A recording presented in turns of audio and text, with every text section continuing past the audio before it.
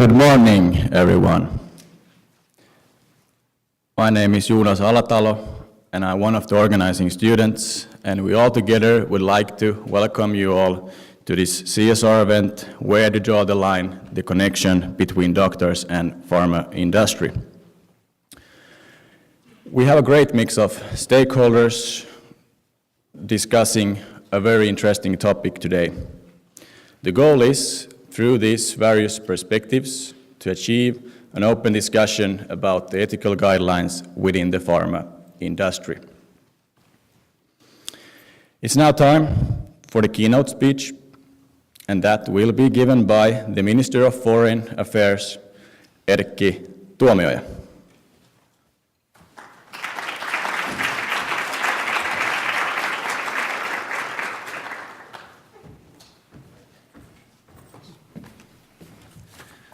Yes, good morning, everyone. I shall be addressing the issue of social and economic consequences of corruption and bribery on a general level. I will not be talking about doctors or the pharmaceutical industry, but you will be doing that, and I think this is a very topical subject. And I want to express my satisfaction that corruption and bribery has been chosen as the central theme for this panel discussion, and that it also attracts an audience of future entrepreneurs and decision makers. We in Finland enjoy a good reputation as one of the least corrupted countries. Responsible and fair business behavior can be recognized as a distinctive feature of Finnish corporate culture and business environment. And this can be used as a competitive advantage in both attracting investments to Finland and in finding investment opportunities for Finnish companies abroad. But in order to use a low corruption level as an advantage, we have to work consciously to ensure that we have even more efficient measures in place to fight against corruption and to progress from the current level to zero corruption. Corruption and bribery are among the key issues when we talk about corporate social responsibility. For quite a long time, corruption was considered a problem concerning mainly the public sector. And the most commonly known definition of the concept of corruption, as used by the World Bank, quote, is to abuse of public office for private gain, unquote, has nowadays been quite widely replaced by the Transparency International's definition, quote, abuse of entrusted power for private gain. And this is one sign of the change in thinking that corruption is not a monopoly of the public sector, but can involve the private sector managers and employers as well. And when people think about corruption, they often relate it to bribery. There are many other forms of corruption as well, such as conflicts of interest, embezzlement, influence peddling, favoritism, and so on. Bribery, however, is probably the most concrete form.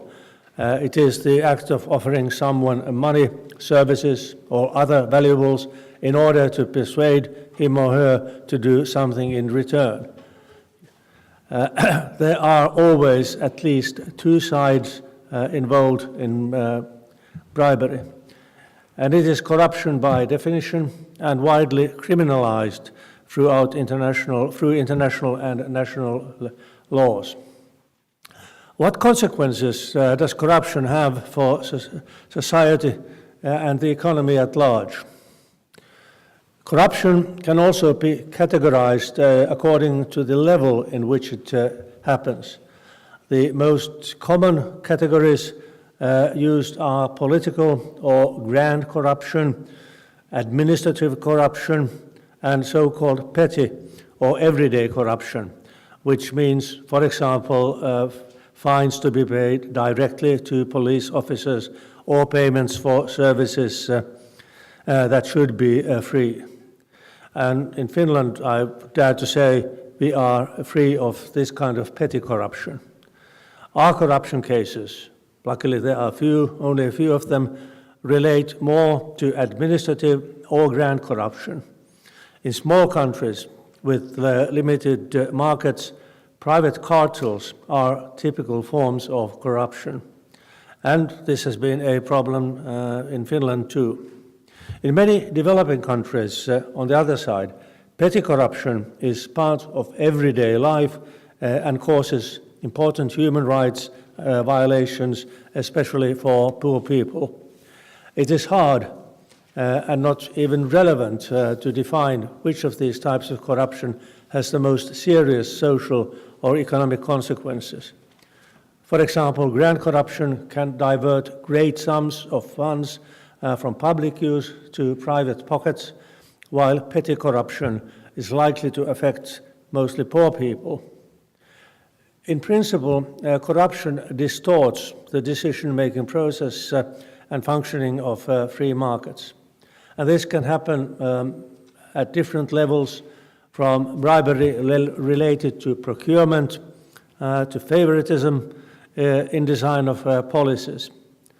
Bribery in public procurement processes reduces the benefits of competitive market and can lead to increased costs paid for products or services, and thus diverts public funds for private gain. The United Nations Global Compact has estimated that corruption adds worldwide 25% to the costs of public procurement. And this is, of course, impossible to measure exactly, but in any case, we are dealing with significant numbers. On the other side, corruption in procurement can lead to substandard products or constructions that can risk the public health, environmental or personal security. And there are many tragic examples of this almost every day in the press. And there are many examples in the world of violations of building regulations and faulty inspections of constructions resulting in disasters, fires, building collapsing, and so on.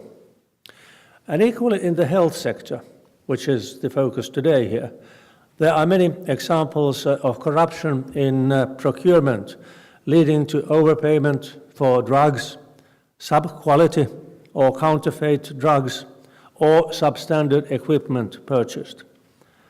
Conflict of interest on the part of doctors, the issue that will be discussed more in detail here, has been reported a common worldwide problem. Doctors may have inappropriate links to pharmaceutical firms or own their own pharmacies or clinics. Also, education and accreditation of professionals can be compromised by a combination of bribes, political considerations, and conflicts of interest. And this is a more common problem in developing countries where the education system is not as systematically regularized, but we have seen at least some cases of fake doctors also in Finland. In the developing world, a common human rights issue is that poor people don't have access to even basic services because they can't afford to pay the illegal facilitation payments asked by doctors. According to BDO LLP, a British accountancy and business advocacy firm, globally almost 400 billion euros are lost annually to fraud and error in healthcare in the healthcare industry, representing around 7% of global health expenditure. And recently, there has been positive developments, and the losses have been reduced at a global level, but the numbers remain very concerning and represent significant human rights violations. In addition to these one-time, however disastrous effects, continuing and extending corrupt behavior can lead to structural or systemic corruption that has long-term consequences of an institutional and cultural character, and these are very hard to remedy. It creates an institutional culture of corruption and decreases the trust that citizens have in their public institutions. And this kind of systemic corruption can lead to a wider undermining of basic human rights as inequality increases, services are withheld, and sometimes people die. The poor, and disproportionately poor women who use more of the basic services, suffer most of these effects. Systemic corruption and favoring of certain groups is also one of the root causes for many conflicts. And of course, corruption damages the investment climate. Corruption has often been cited as the number one cause for poor business environment and investment climate. And the reason is that corruption creates too many uncertainties for companies and investors. It puts an extra price tag, often difficult to pre-estimate, for companies' trade and investments, and distorts normal market processes at the cost of honest entrepreneurs. The investing companies can be more confident of the validity of the contracts and the value of their investments when there are clear rules and regulations in place and their implementation is systematic and transparent.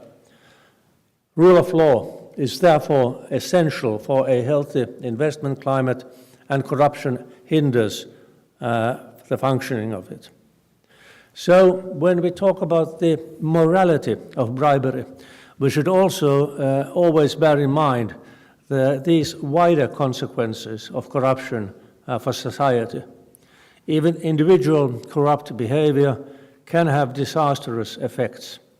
Individual behavior also contributes to structural or systemic practices and eventually erodes public morality in general and weakens democracy and trust.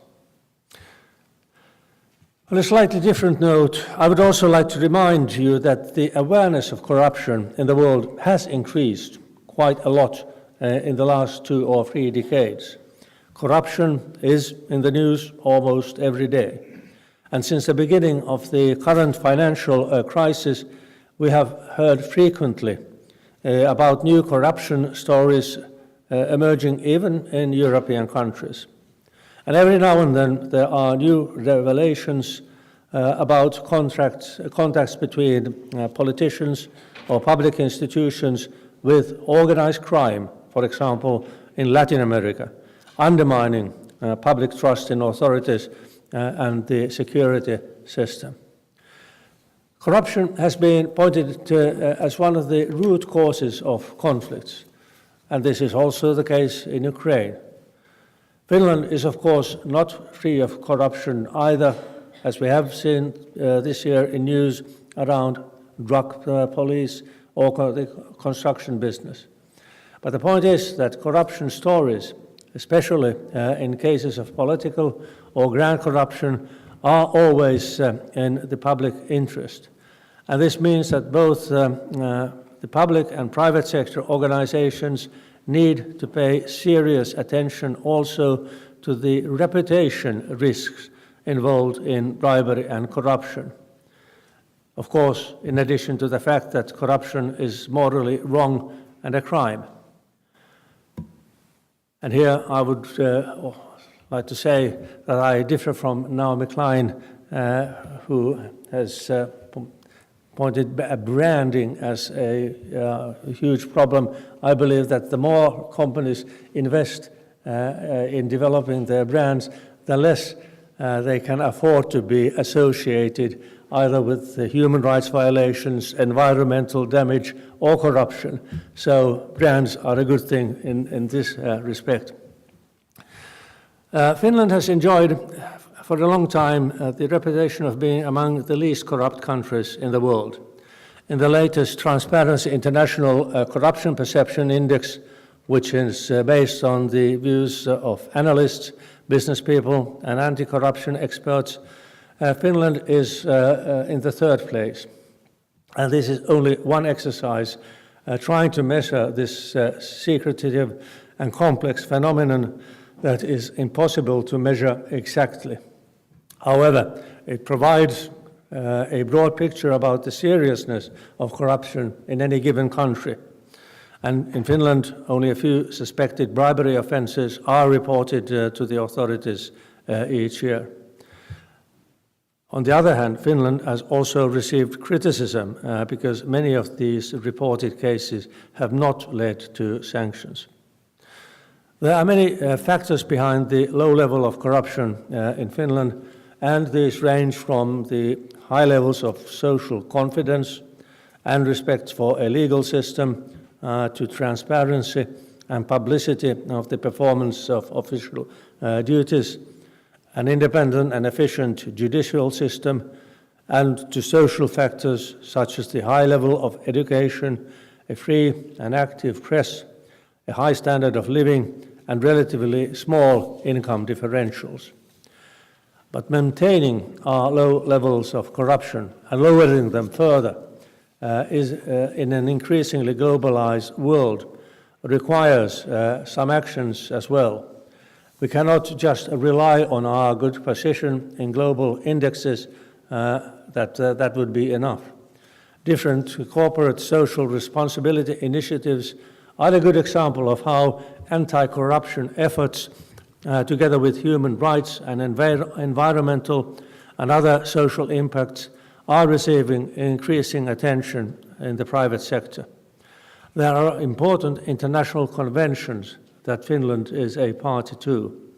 The United Nations Convention Against Corruption, which now has 173 states parties, is a worldwide commitment, including measures for the private sector as well.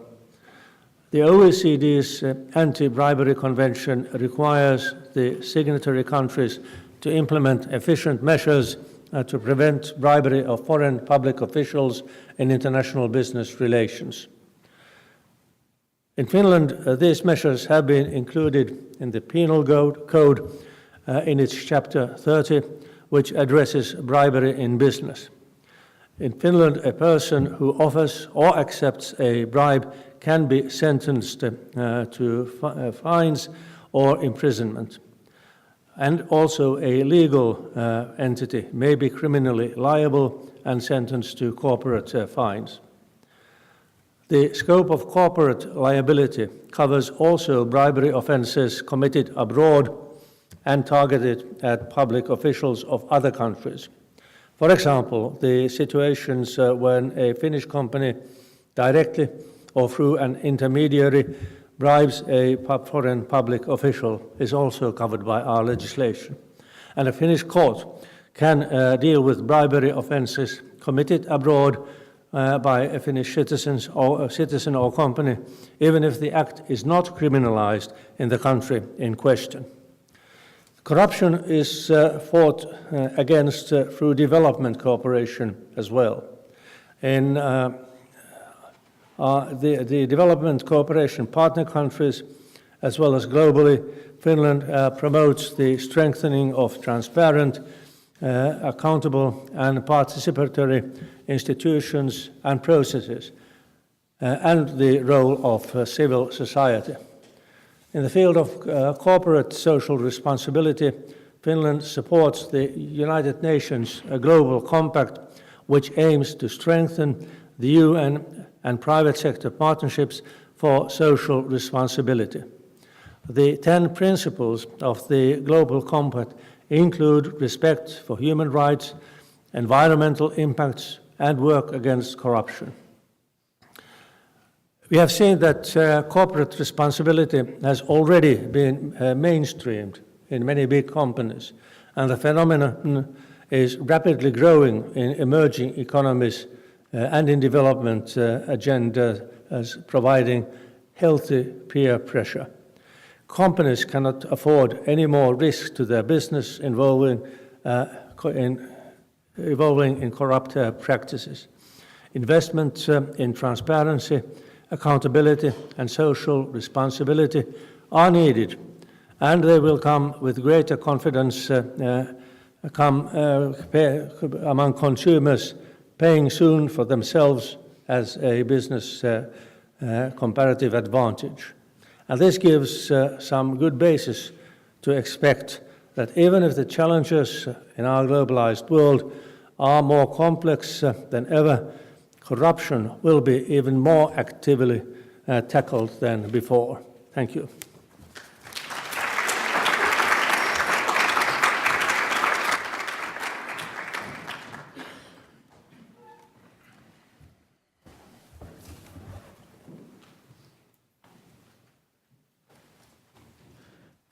Thank you for those words, Erkki Tuomioja. So the panel is soon to begin, so now I would like to welcome our panelists and moderators on stage. And audience, remember that you have the opportunity to comment and ask questions through Twitter by using the hashtag Hanken Pharma. Some of the questions will be chosen in the beginning of the Q&A session. So, before we start the discussion, I would like to briefly introduce our panelists and moderators. We have with us Erkki Laukkanen, board member of Transparency Finland, Elina Hemminki, research professor from National Institute for Health and Welfare in Finnish Terveyden ja hyvinvoinnin laitos, Tatu Laurila, Head of Market Access of pharma company Novartis Finland, Pekka Louhiala, docent in medical ethics from University of Helsinki, Jörn Wallace, psychiatrist from Hospital District of Helsinki and Uusimaa, and Jussi Merikallio, CEO of Lääketeollisuus ry. And our moderators, Elina Pirjetä and Meri Kargovirta, and both are also part of the organizing students. So, moderators, are you ready? Yes. The word is yours. Thank you. Now, as Mr. Tuomioja stated earlier, responsible and fair business behavior is a distinctive feature of Finnish culture. However, when it comes to the healthcare sector, conflicts of interest or inappropriate links between doctors and the pharma companies, for example, may arise.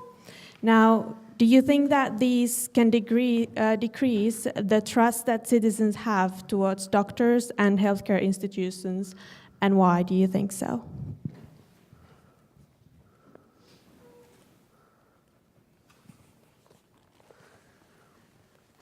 Well, certainly you're right that it can decrease trust.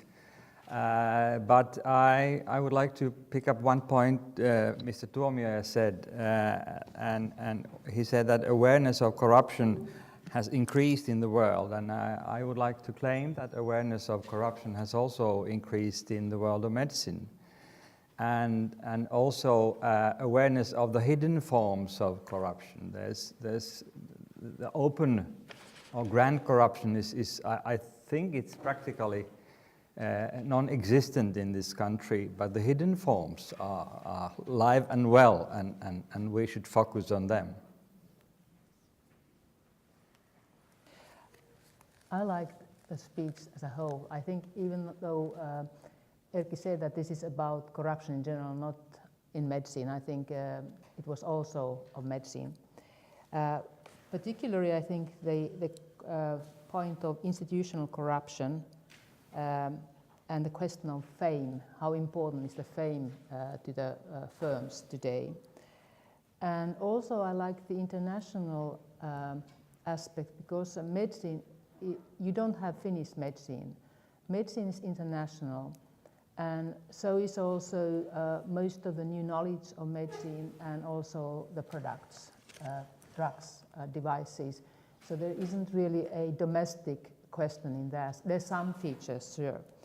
The only thing what I kind of didn't seem to fit to the medical world was the question of free markets, because to my mind in medicine there isn't really free market. It's so many ways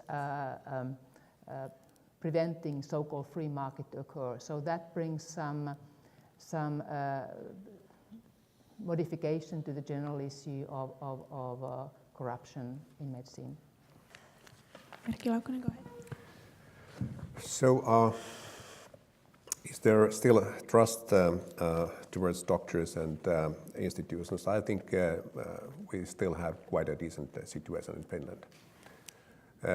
And I have some numbers. So, in Transparency International, we do some questioning every now and then, and one of those good data is named by Global Corruption Barometer. It has been produced for Finland and many other countries around more than 10 years now. And according to that, the most corrupted institutions named by Finns are political institutions, political parties, business, media, and parliament. And least corrupted is police, which may sound funny today.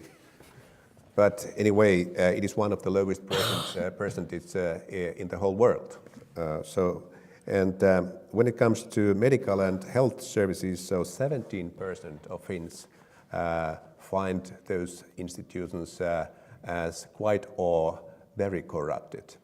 And there is increase around 5 to 6% since 2004 when it was first time asked. So there is development to bad direction, and that is, let's say, a global phenomenon. Yes, Jussi Merikallio. Thank you. First, I have to say that there is practically none corruption in Finland, as Erkki Tuomio stated, but we have to be very careful that we could be transparent enough that there would be this hidden corruption, and we can tackle with the probably growing, or at least stated growing of hidden corruption. And that's why the pharma industry in whole Europe and Finland has formed an ethical code, very strict guidelines, which includes how to market medicines, how to give information about the new medications, and how to disclose the connections between healthcare professional, i.e. doctors, and the pharma industry. So both healthcare professionals and pharma industry are strongly fighting against of hidden corruption and wish to build systems that gives even more trust to the healthcare system as a whole. I mean, can I just say, perhaps I have an advantage as well as a disadvantage from being from a different country. And I think trust is a very central part of Finnish life, and people trust public institutions. They trust that people are going to do good by them. The state will look after them. I come from a country of skeptics. We question every authority and everything that's handed down to us should be questioned. And I think there is a real danger of that trust being eroded should corruption flourish or be found to be happening. I'm not aware of, I don't know what happens in Finland. I don't know if there is corruption in the pharmaceutical industry, but I would say that globally, the pharmaceutical industry is incredibly corrupt. It's run on very corrupt ways and corrupt guidelines. There's information freely available about that. Now, going forward with a more European-wide perspective, when it comes to marketing medicines, according to the European Commission in 2013, a special problem in Finland is the leading role of pharmaceutical companies in the education of physicians, and although the problem has been recognized, the employers do not allocate sufficient funds to train their employees. If we know what the problem is, as the European Commission has found out, wouldn't solving it lead to more ethically acceptable practices within the pharma industry? I'd like to address this question specifically to Tatu Laurila, Elina Hemminki, and Jeremy Wallace.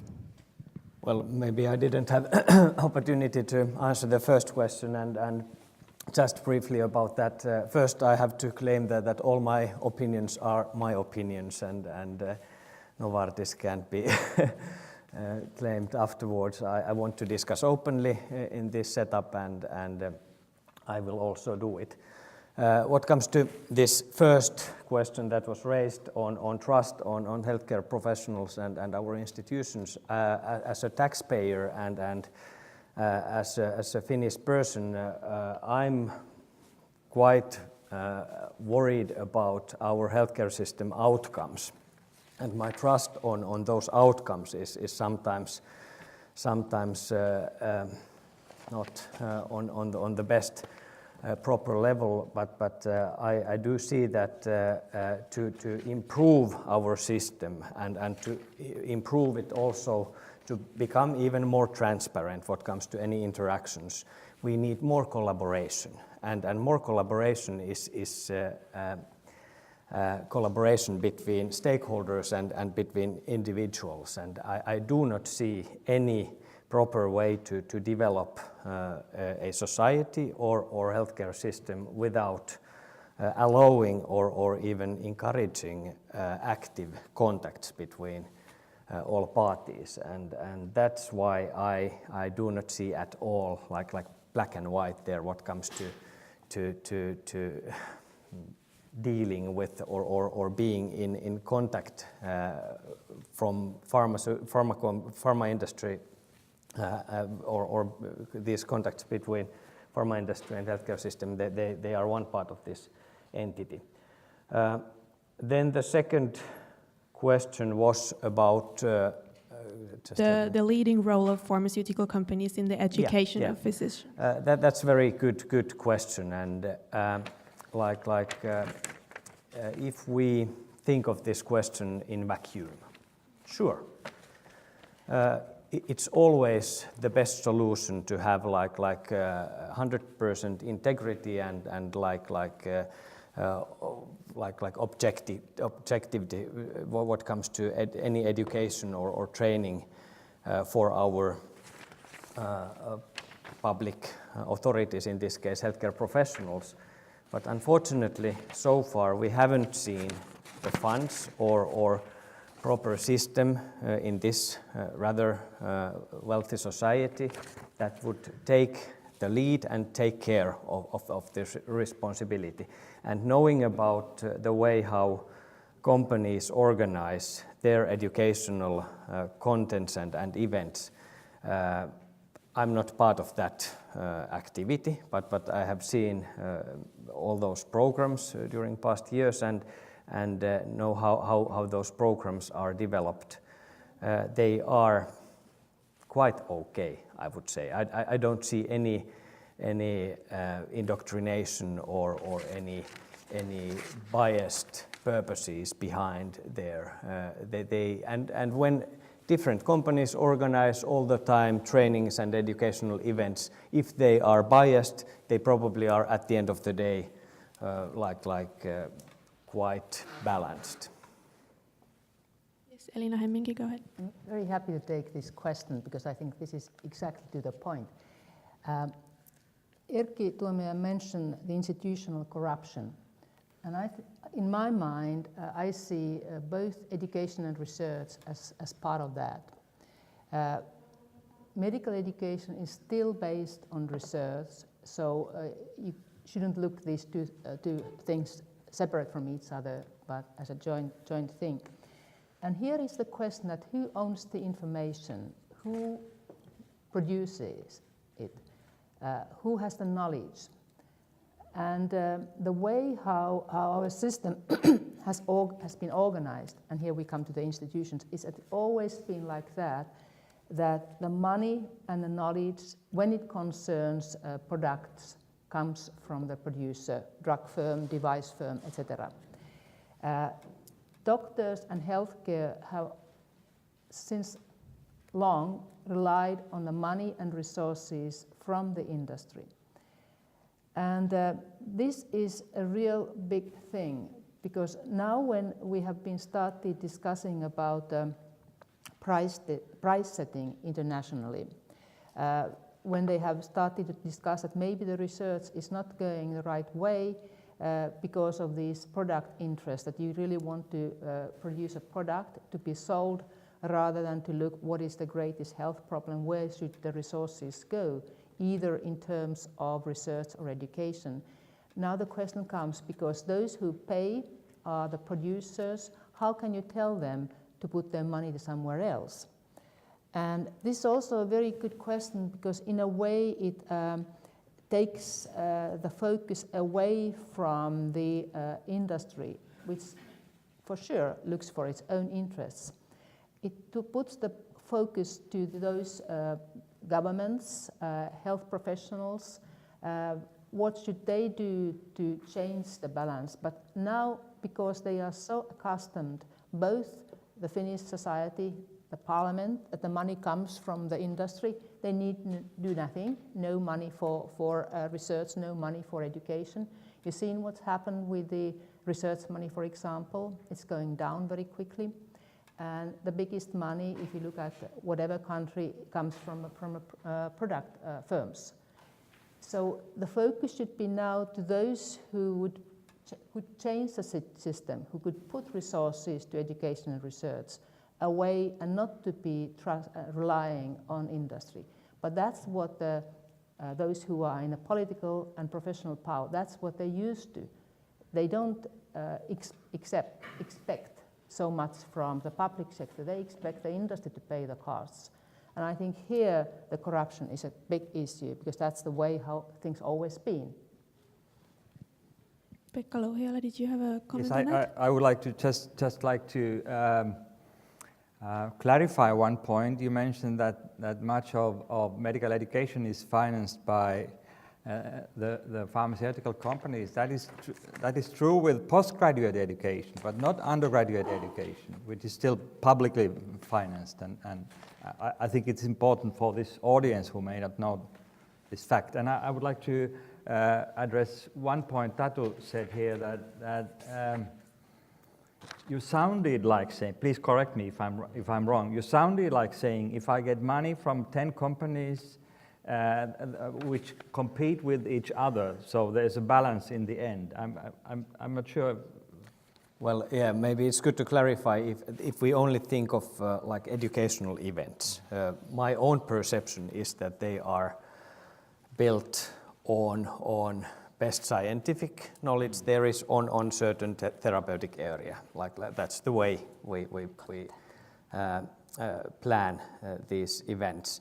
And if the picture of I'm now describing is not as I describe, I would say that when there are many different independent companies, in this case organizing trainings, I don't really see opportunity that the most accurate and most up-to-date scientific know-how wouldn't wouldn't be the core of the content of this whole offering we have today. But when we think of, I don't say that if you if you take some fees for your services from all companies, that makes you objective. That was not my point. No. Elina, you had a comment? I would like to comment that I don't think the problem is in what is being said in those educational. I think they don't lie there. I think they tell half-truths or almost truths. The problem is that what is the topic and who are the speakers. Long time ago, one of the professors in one university in Finland said that now finally they got some money from university to organize a continuing seminar, and they would like to invite me to speak there. And he said for years he would have liked to do that, but always the pharma industry has said, not Hemminki, not her. And now when they got some public money, they could invite me. Well, that was nice. I could give my speech and then go home. But the question is that what topics are taken up? What are the things which are thought important to be educated to doctors? And the topics are chosen by the willingness of someone to pay that. And also the speakers, because speakers are paid. Who are the speakers who are no-go? But before I forget, I would like to do the same as what Tatu did. I'm here myself, not my institute. They may not share all my views, so everything what I say in my own capacity. Jeremy, did you also have a comment? Yeah, I'm the same. Like these are my views. And no, on the topic, yeah. I mean, so I think what you have to understand that these drugs are seen as commodities, and unlike other professions, if I had a perfume, I could make I had a marketing department, and I spend my marketing budget on a good TV advert and a billboard and employ a lovely actress or model to market my perfume. The drugs industry cannot market directly to the public. They market via doctors. So if you organize an academic meeting and you turn up there and you have some pens to give away and a nice little presentation with some bar charts, which selectively picks out the data that people want to, that shows their drug or their product in a better light. And that's embedded into another talk, which may be about something irrelevant, but again, they may have organized who's going to be there so it doesn't really conflict with their views. I guess I'm never going to be invited to talk at one of these. And then you can say, well, that's just an educational budget. It's their marketing. That's how they market their drugs. And there's evidence, there's papers and evidence that demonstrate after an academic meeting, the prescribing of that drug goes up. They wouldn't do it for any other reason apart from to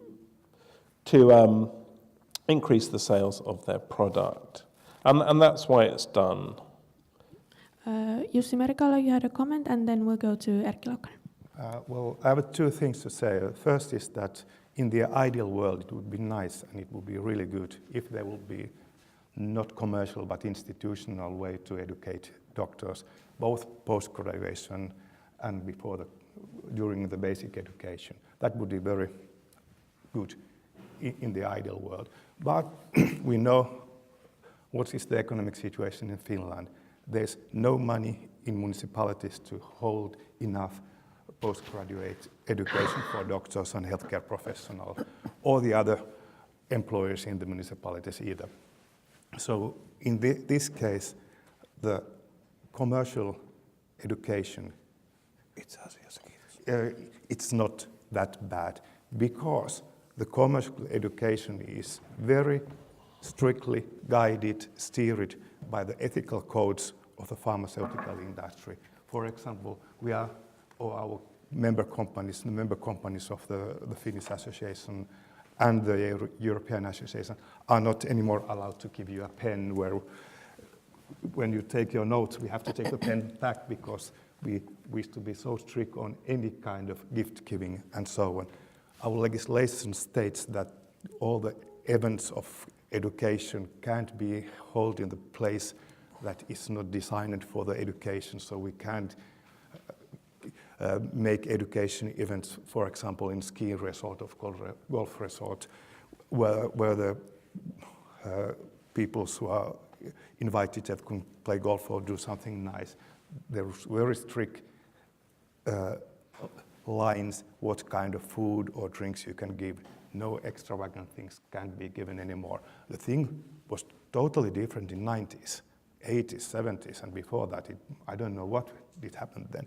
But nowadays, let's say last 15 years, both legislation, it was 2005, this legislation was set up, and in the early 2000s, those ethical guidelines has been totally turned in a decent way.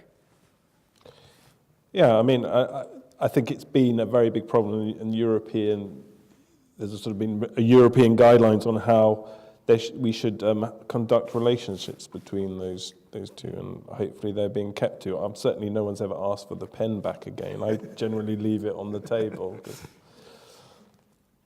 So yeah, Laukkanen and then Laurila, and then we have to move on to the next question. Yes. So briefly, in the EC study, in the Commission study, you referred to, there is a conclusion that, regarding Finland that the problem has been recognized, but the employers still allocate insufficient funding for the training of their employees.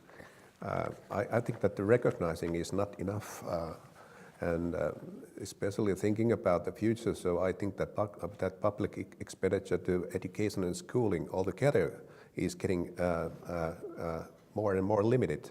So we are even cutting from second level of education, and what happens at higher level, nobody knows actually.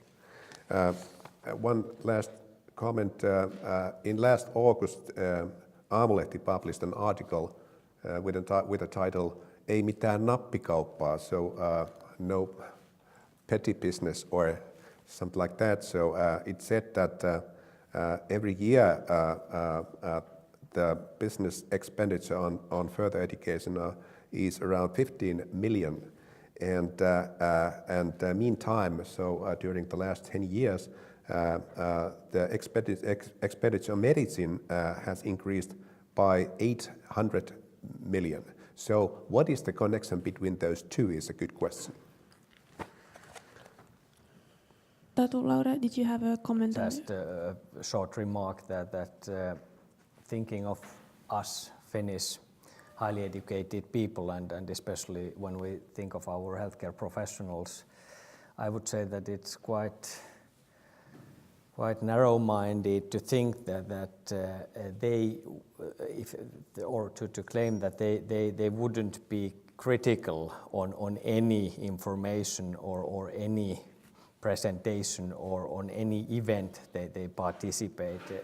This audience really, and we can see it in the feedback we receive from these people that they immediately, if they are not happy with what they receive, where they spend their time, where they spend their precious time, they will give feedback, and they don't come again if you start to organize things that are not accurate for their professional development. Okay, we will move to the next question.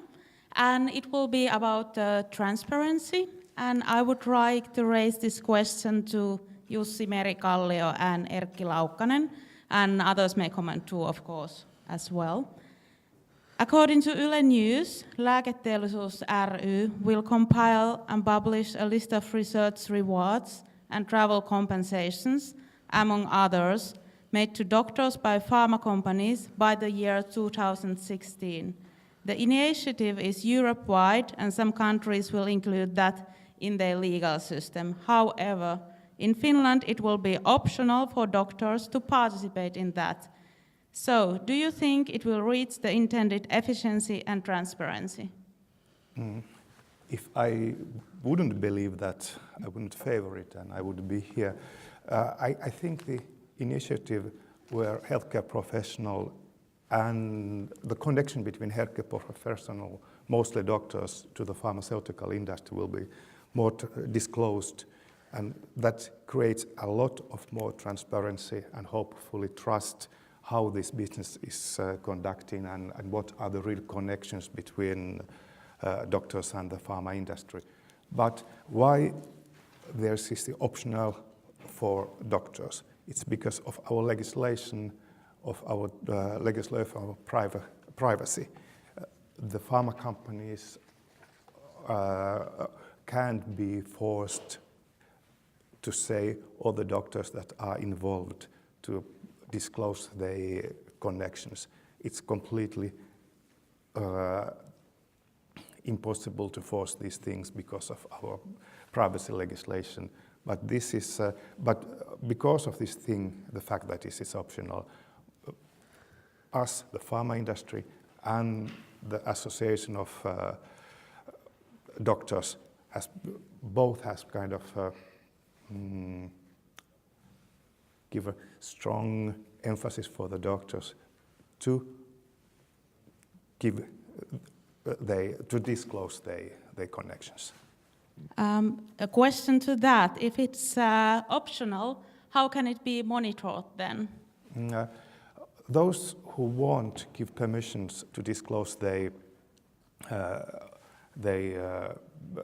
connections, their grants, or whatsoever, they will have payments for consulting or things like that, or being in an advisory board or something like that. They will be set in some aggregate number in the companies or some clinics part, so it doesn't disappear, but you can't personalize it. The amount that has been given will be set publicly and disclosed publicly, but it can't be traced to the certain person. And what should we think about the doctors who don't make it? Well, our legislation gives the freedom for the doctors to do that, so it's kind of thing that balance with privacy and transparency. You can't have at the same time full privacy and full transparency. This is a kind of balancing thing, and wait and see what happens. And then Erkki Laukkanen, would you like to comment then? And then Elina, please. Yes. Well, I think this is about the same kind of question as should accountants be, let's say, publish the observations regarding corruption in the enterprises they research. So it's the same kind of legislation problem. Some people say that legislation makes it impossible to report, and this is too much for accountants to do. It is not their job. But anyway, in some countries they do. And if we want to proceed with transparency, so steps towards this direction should be made. So I think Europe and Finland, we are somewhere in the middle of nowhere.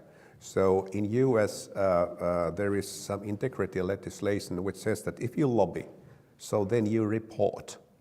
The lobby is a constitutional,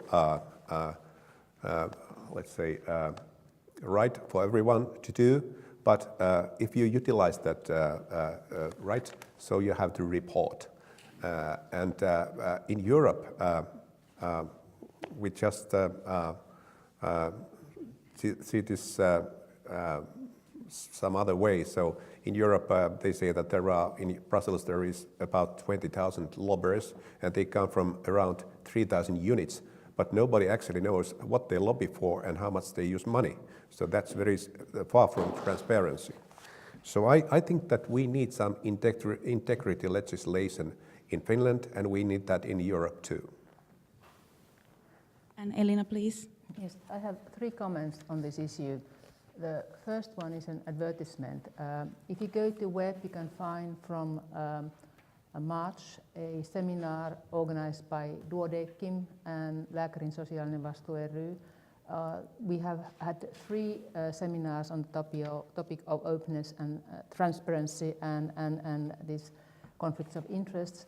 And in the last one, which should be in the web, this issue has been discussed from many sides. And it is a strange thing that this is voluntary, so to say. And one of the speakers in that seminar, who was a lawyer, her interpretation was that even though the Finnish law of privacy has been used, it's actually an excuse that basically by using another law argument you could make it force it, not voluntary. But there's also other aspects of how important this and how coverage this is.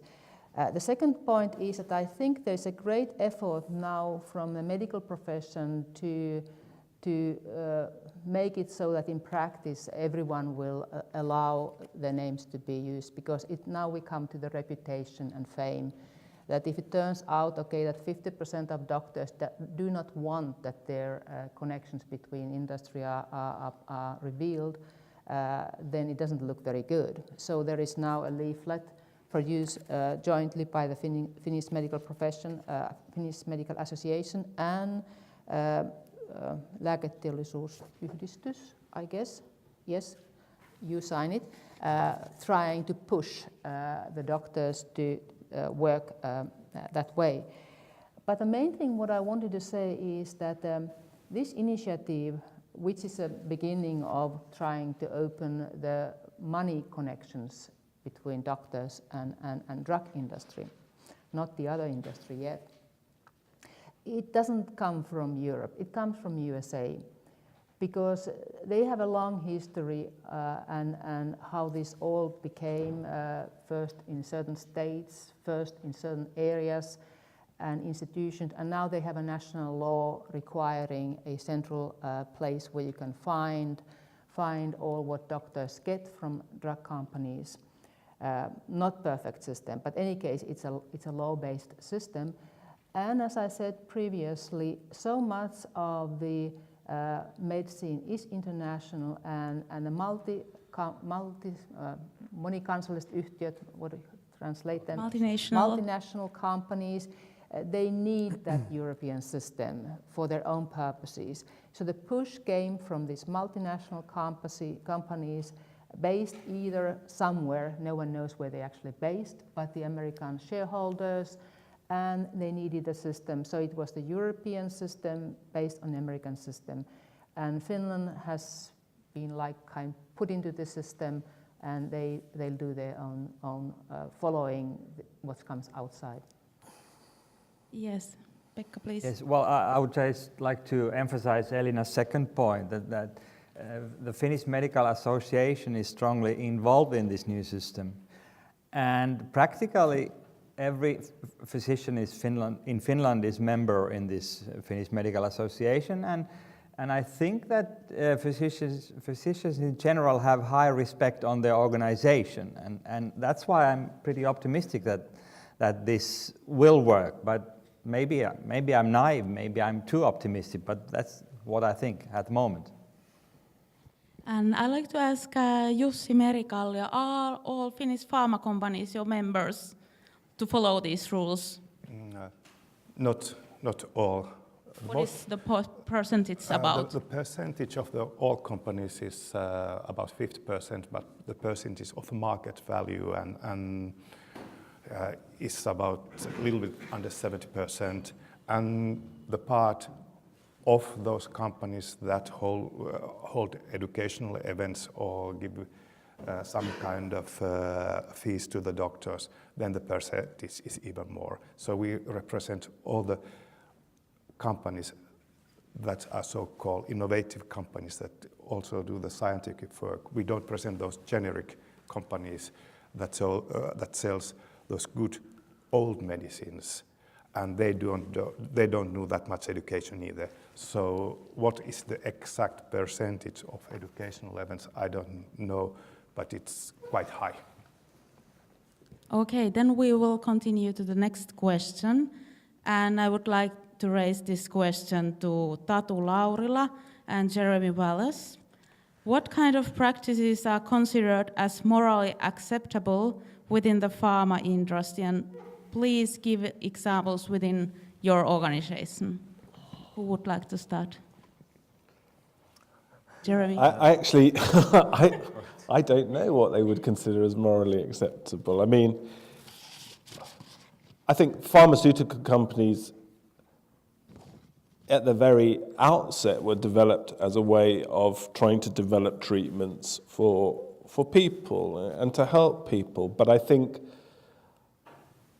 have a feeling that over time some of those values have been eroded in a way, and it seems to be a lot of the purpose now seems to be about keeping their shareholders sweet and maximizing profits. So I don't know. I mean, I'm sure they have clear guidelines that they have to keep to, and I'm sure you know about that. But I'm not aware of any specific guidelines they have to keep to. But I mean, for example, if a lot of the problems, say, with developing new drugs is that you could say there's been very little development in good drugs within. I'm talking about psychiatry now. That actually, what tends to have happened is having a molecule and changing that molecule a little bit and then making a patent, and that's your new product and whatever. But the advantages over the pre-existing ones, you could argue, are very limited.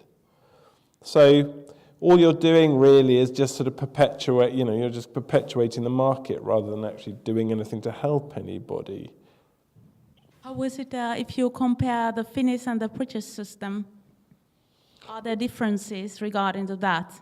In what way? Regarding to acceptable behavior, or... No, I think looking back, it's pretty similar sort of thing, pretty similar sort of things going on. I would say that in my last job, the way it was organised was into these things called trust, which would be a bit like HUS would be like a trust, and we had a very much control over our own drugs budget. So I was part of a thing called a Drugs and Therapeutics Committee, and we were therefore able to, within that committee, decide which drugs we would put on our formulary, which ones we would use. And you could have a drug like escitalopram, which was a newer version of citalopram, which the industry said is much better. But if you actually looked at the evidence, there was no difference between the two. And so we didn't put it on our formulary. Whereas I was surprised when I came here that escitalopram is used widely. It's extremely expensive. And all new drugs are very expensive. And I would caution using any new drugs because of the cost of them. We talked about the money earlier, and there's no money in academic medicine.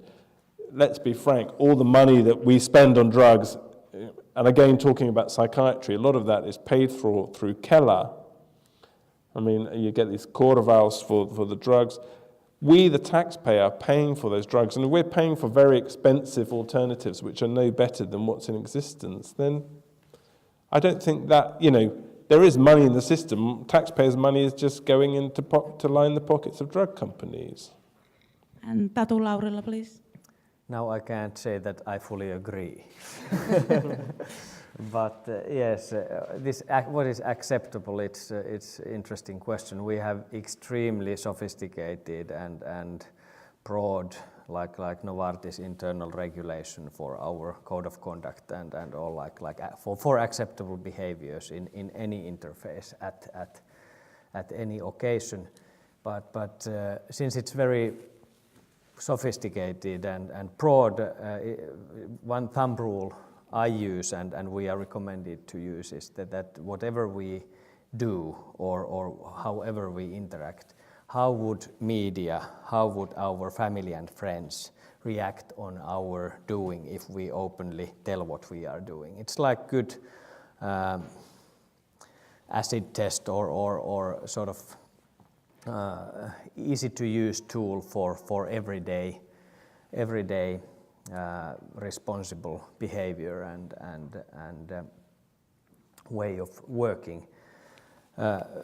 What you said about like good old pharmaceutical industry and maybe now not so good pharmaceutical industry developing excellent radically better new drugs for complex diseases, it is not simple. It is extremely risky. Companies all the time fail with their clinical programs, and sometimes benefits are incremental. That's of course true. That there is not always like giant leap in medicine when we patent and launch new product as industry, but at least in other therapy areas there has been like huge developments during past years, and actually Pharma Industry Finland has written a booklet on those diseases where people have been able to return back to their jobs and continue normal life and normal working, partly due to successful new medical treatments, and that's the upside or positive side. Maybe not in all therapeutic areas there are differences. Neuro diseases are not the easiest to solve, and there are sure problems. I would like to ask one more question from Tatu Laurila and then Merikalle and then Elina. You mentioned the code of conduct within your company, and I would like to know how is the malpractice or compliance of code of conduct monitored, or how can it be reported? And are whistleblowers protected? Are there cases like against your code of conduct yearly? All the time. We are 135,000 people globally, and our compliance people, they tend to say that it is a good sign when you have things reported, since if you have a country organization without any compliance reports or investigations, that's more reason for question mark than reporting and opening and investigating actively things that are not done properly. We are all human beings. I do several mistakes on daily basis. It is part of human nature that things don't always go the way we plan or the way we want. And that's why we need to have extremely well-functioning systems to monitor, to investigate, and to intervene. Okay, then Meri-Kallio, please. There has been 2 references to the cost of the medicine, so I have pointed out 2 things. First, the reimbursement cost, so that was the Kela cost. In Finland since 2009, they have raised yearly about 2%, a little bit less. So I can't find there are a lot of costs, especially when you see the demographic change that you need of the healthcare services. And still they're just a 2% growth. When you look at the healthcare or public expenditure growth, the overall cost, it's a much more bigger ones.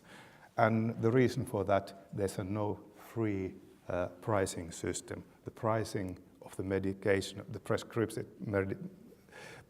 medicines, they are heavily regulated, and there is a governmental body that sets the price, not the companies. And the other thing of the money is that the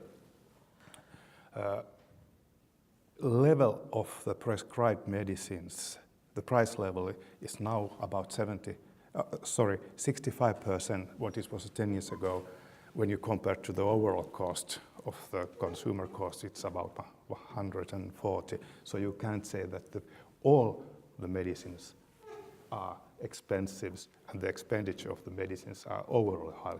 But as you said, there are some medicines that are very expensive. Elina, please. I think that everything what tries to influence doctors' decisions on commercial basis is morally questionable. So with this definition, all promotion is morally questionable. In old times, it was easier for doctors when you could at least think you knew when you were being influenced or tried to be influenced. You could see, that advertisement was advertisement, detail man was a detail man. Nowadays, things are much, much more complicated and dangerous because these obvious ways of advertising have been regulated both by internal codes of pharma industry as well as in Finland also the legislation. In the drug law there is a few paragraphs at the end, 90-something, which regulate what is and what is not allowed, and much of the so-called old-fashioned promotion is forbidden.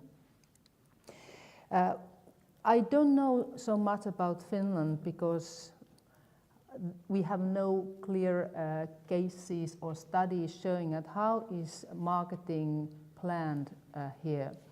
But we have a few very good descriptions from USA through court cases mainly, when the courts have required companies to open up their files for certain court cases. Maybe the most famous of them is the estrogens, hormone replacement therapy case. And there you can start seeing that how skillful and how good companies are in planning their marketing tactics.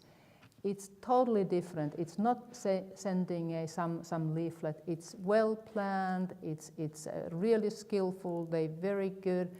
It goes through ghost editors, ghost writers. It goes through research. It goes through lobbying. It's all kind of mechanisms.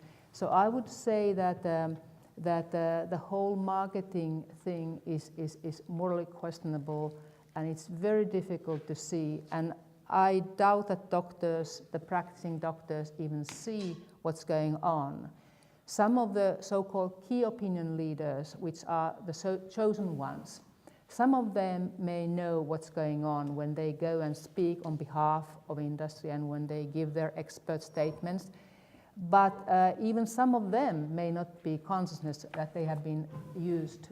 They just have been picked because they are of a certain opinion, and then they are given the opportunity, they are given money, travel, grants to express their view, which they think is their own and may even be, but they were chosen to allow to spread their word because they thought in that way. Some of the key opinion leaders are bought, they are really bribed, so to say, they get enormous sums of money. They are really the high level, they are not the ordinary doctors, they are the ones who are trusted.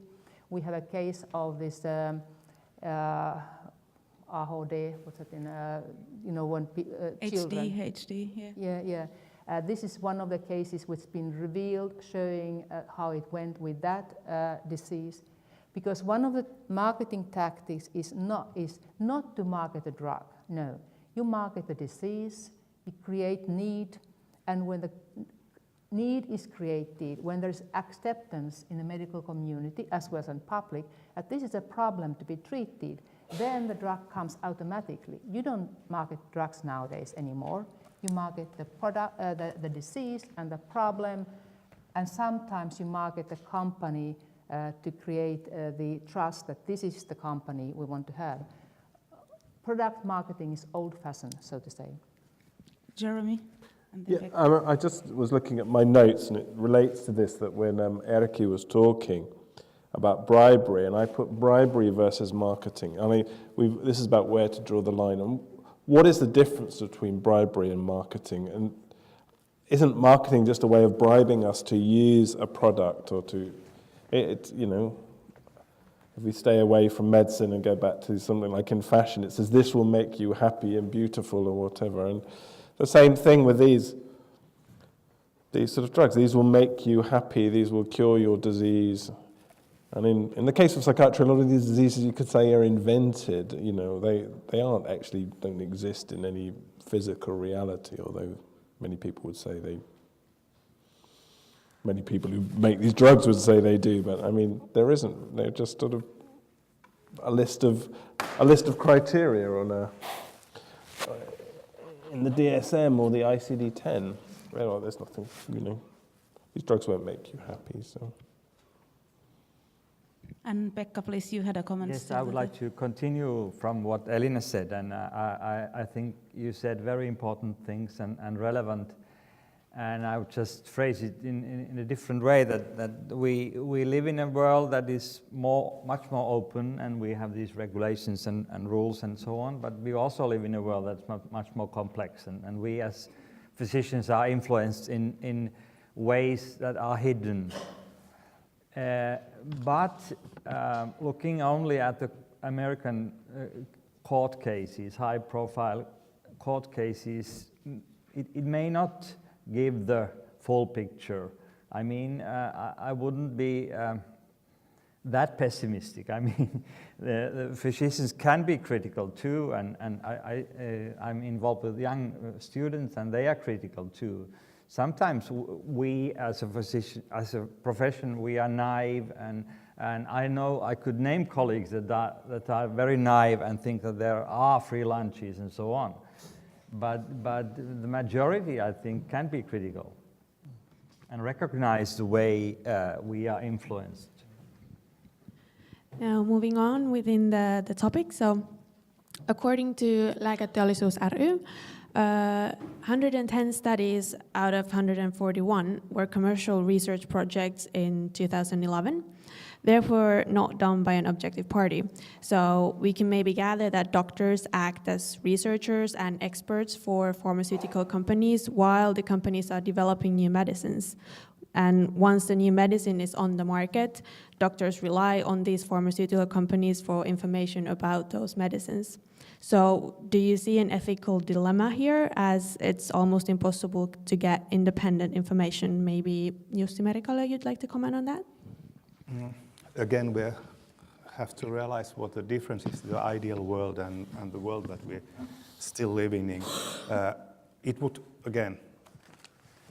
be an ideal situation that there would be some kind of body that gives the completely neutral, objective information.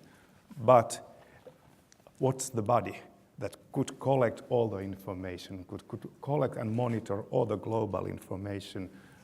Those studies that are made, the clinical trials are made, they're made in a whole lot of different countries, different setups, so that the medication could be determined in the right way. So there is not just a Finnish experience, there's not just an American experience, it's a global experience. So where in Finland would be the body that gives the neutral information? That's why there has to be really strict manners, ethical codes, and the ways that the pharmaceutical industry gives the information. It can't be biased, it can't be half-truths, it can't be such a falsified information. It has to be trustworthy. It has to be a certain way. It's reliable, but so it's a kind of conclusible, so that the doctor can form their own opinion. Unlike Elina Hemming, I think Finnish and European doctors are quite clever and know what's happening around that. And that's why it has to be conclusive information, so that they can create their own opinion out of the experience that has been documented in different kind of trials. How would you see then, how could you separate this providing information from pure marketing? Yeah, that's a very tough question. And that's why all the marketing has to follow the code, that in the marketing there can't be such things that are not verified in the relevant and reliable scientific trials. And we are talking, I have referred to this ethical code of pharma industry. We have a monitoring system also, so that we have an independent body that monitors if our companies do as they are told to do, and if they are found misbehaving, they will get sanctions, and the sanctions are quite high. But actually, who is monitoring the companies who are not your members? So the 30 to 50%?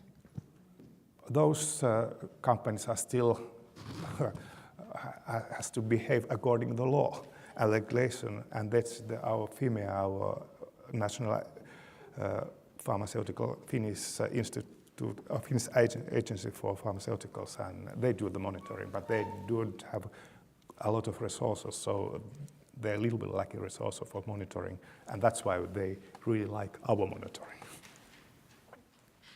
Tatu Laurila, as part of Lääketeollisuus, do you agree with this, or do you see an ethical dilemma there? Well, this is quite sort of a question where we come to very close to scientific ethics, and knowing that of course all science we refer to must be published in peer-reviewed, international, top-notch medical journals. If they are somehow corrupted or not following the ethics of right ethics of science, I'm not anyone to discuss that matter. But when taking that into account, I don't see any. It is extremely important that Finnish doctors participate clinical trials, since that is the only way to allow them to learn about new medical treatments, benefits and safety items and the whole picture, understand profoundly what is under development and what will be maybe at some point launched to market. And the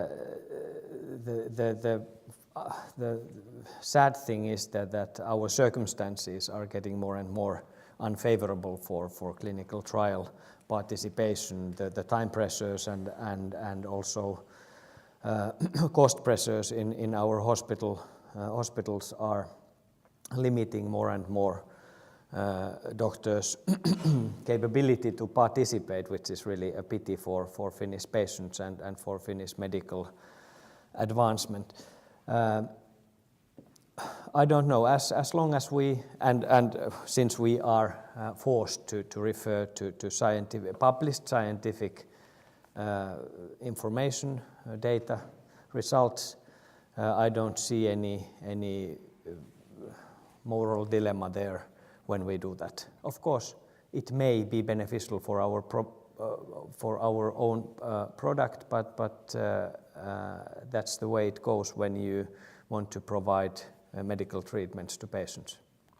Elina, you had a comment on that? Yes, clinical trial is my favorite for various reasons, but I take only a few of them, not to take all the time.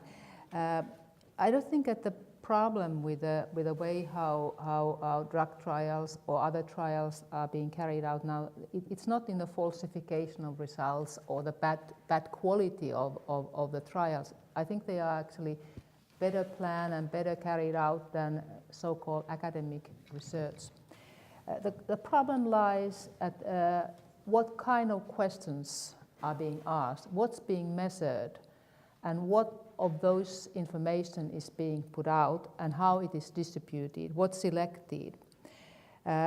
We have a lot of information of that the information what we get from commercial trials is different than it would be if someone without a commercial interest had done it.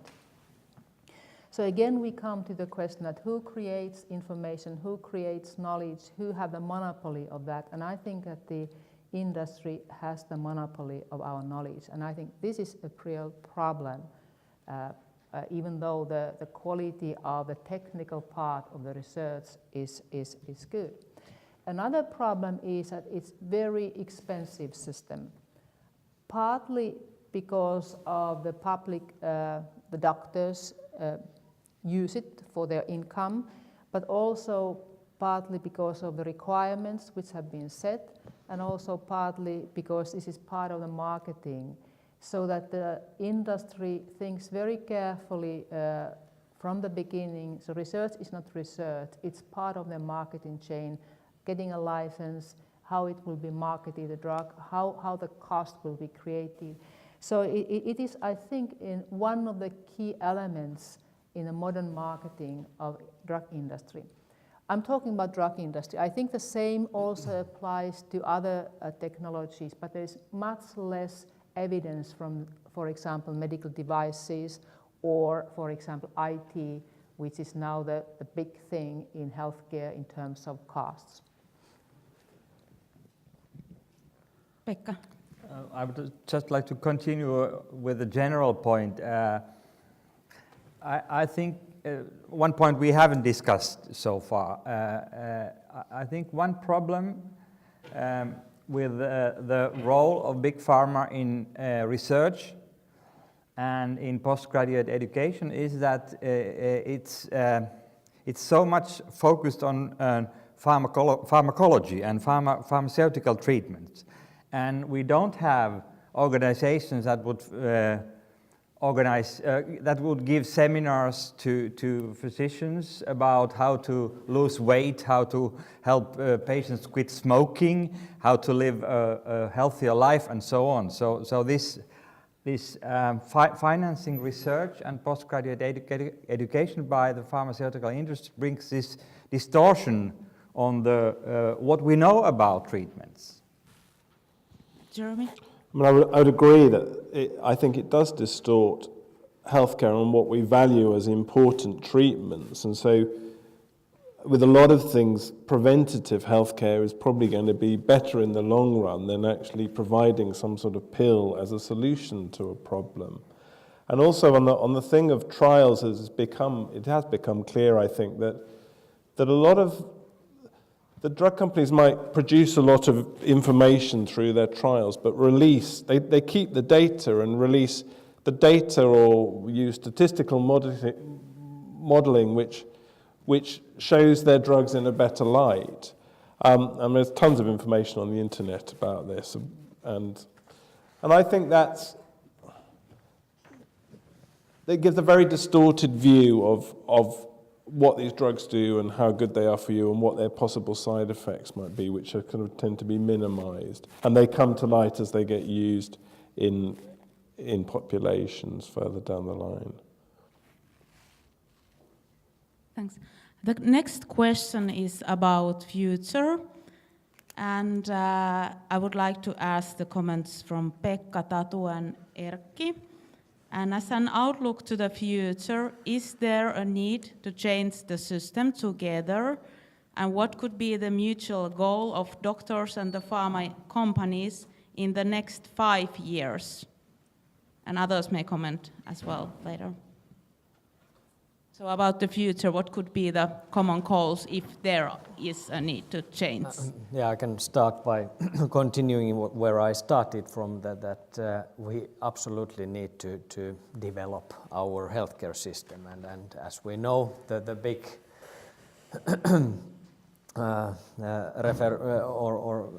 change is now under preparation, and there are many challenges.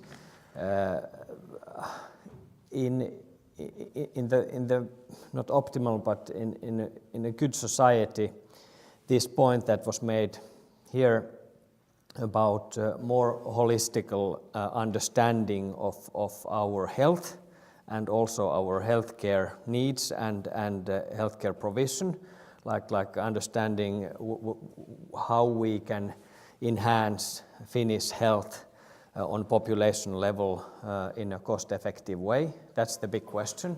And of course, medicines and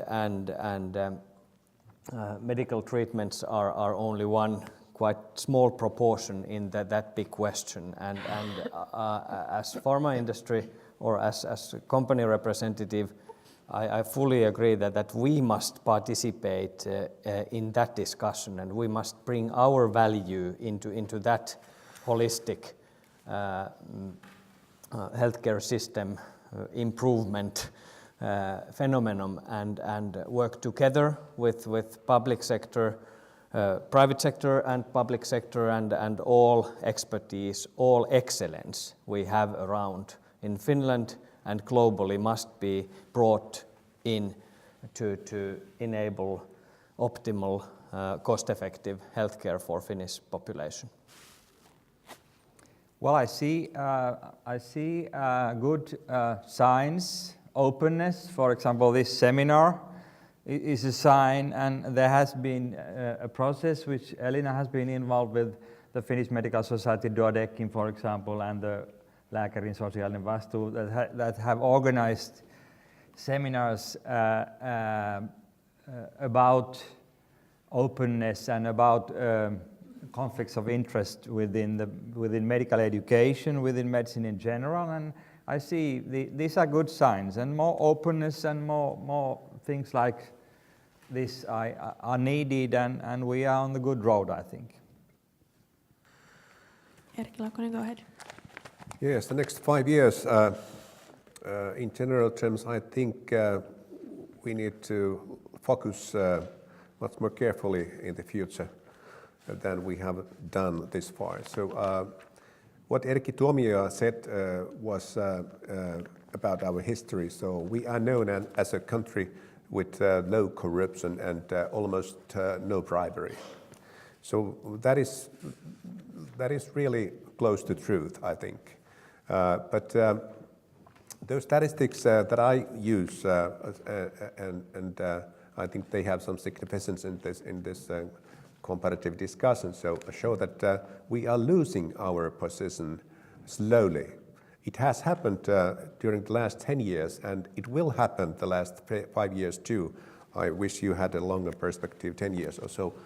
But if we want to keep our position at the very top, so we need to do something like a program against corruption. Something similar we have done with the so-called grey economy, harmaa talous. So we have had programs against it since 1996, and the last one is the first one enduring as long as the government sits, so 4 years. There are 22 projects, and they are, some of them they are branch-wise, like construction industry, which is a very bad industry in that respect, and some of them they are general projects, so developing registers and such, where different kind of measurements are possible to make. So we need a program against corruption, and one of those projects should be pharma industry. Yes, Elina? Can I say too, even though I wasn't in the list? Yeah, please. It was just that everyone is getting questions, and I think, afterwards you can comment. We have moved a lot forward. I'm old and I have long history in this field. I remember at the end of 1970s when I wrote an article, it's called An Inquiry into Associations Between the Leading Physicians and the Drug Industry in Finland. It came out in 1977. That article came out in the scientific journals, but it almost killed my research career. It was really taken badly here at home by the medical elite. And today, I mean, that would be a normal thing to happen. I could write it even in a Suomen Lääkärilehti. So I think things have changed a lot in terms of what is allowed to talk about and what people think, and what is, at least we have a beginning of a debate. People can be of different opinion. We needed to agree on everything, and still you can say that. So things have changed, and I think we have heard many examples of good developments. And overall, I think that when we talk about the medical industry, not only drugs, but more widely, the possibilities finding a good solution is good. Compared, for example, the tobacco industry or alcohol industry, where it's very different. It's difficult to think of any good of the tobacco industry. Everything what they should do is just to take rid of them. This is not the case in case of medical industry, where you really, I think, you need drugs, you need devices, you need IT, you need this and you need that. So it's more question of how could we change the balance so that the industry is not dictating what's happening in healthcare and in medicine. They should be servers. They should help the others to produce products what we need and help in their technical capacities. They should serve the healthcare, not dictate it as it's occurring now. And I think that once this being realized, and I can see some signs of that, I think there is a real possibility to change the situation in such a way that the whole question of corruption isn't anymore valid. I mean, it's how can a servant corrupt a master? Okay, then please, Jeremy and Rico. Yeah, I mean, one change I can see happening. Erkki mentioned that this transparency is important, and talking about it is important. And I think I'm aware that this is talked about much more. There's books out by people like Ben Goldacre, who's written Bad Pharma. Peter Goche, who's written this book about the medical industry and organised crime, pharma industry and organised crime. So these things are being talked about, and there's openness, and I think that is a very good thing. And Ben Goldacre has a campaign called All Trials Campaign, of which I'm a member. And the central thing about that is to try and get all drug companies, when we talk about research, that the evidence we have is manipulated evidence, but if we could see the data, all the data that is submitted to people like the European Medicines Agency and the FDA, all the trial data that is out there, then we could independently assess that data.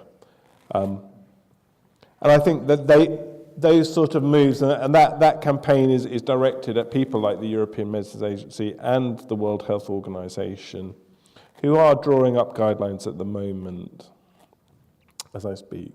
So I think those sort of things are coming in the future. Jussi Merikka, did you have a comment on that? Yeah, 2 comments. First is that if we want to develop our healthcare system to be more effective, to more easy to access to the different kinds of people, and to diminish our socioeconomic differences of the health conditions, it's not done by just doctors, it's not just done by nurses, it's not just done by pharma industry. So we need to reduce the silos between all the different kind of players that are on the field of the healthcare system, or moreover health and social care system. So that means that there has to be cooperation, and always when there's a cooperation, they will be paid. People get paid by their job, so there will be connections between medical devices and doctors, and pharma industry with doctors. The answer to that question is not to think that that would be somehow misbehaving or bribery. The answer is to be transparent and to show what is happening in this collaboration and why. It's done for the benefit of the whole system, not just the benefit of us certain persons. And if Erkki said that there has to be a program of bribery and the pharma industry should be there, I said, of course, but to show that there is no bribery, but there's a collaboration made for getting better healthcare system, not bribing them, but doing better one. And one thing again to the Elina, I feel that the pharma industry is not dictating, it's serving. It could be served better, but still it's serving the whole system, because how would the whole healthcare system will function without medication, without different kind of treatments? We can't deny the fact that it's also serving.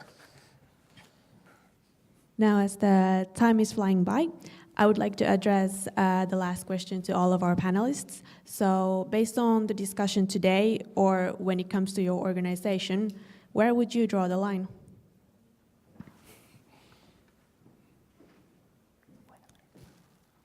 The question is kind of abstract. Could you specify a little bit? Well, go ahead. I have one kind of answer. If we have a space that is open enough, so we don't have to draw a line somewhere. An abstract answer to an abstract question. Yes, and it's a good answer. I second that answer. Tatu, did you have a comment or? Well, I easy to agree.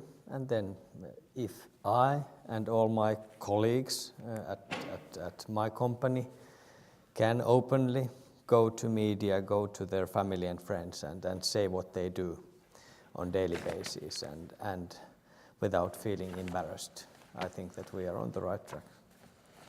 Erkki, you had a comment on that? So where to draw the line? So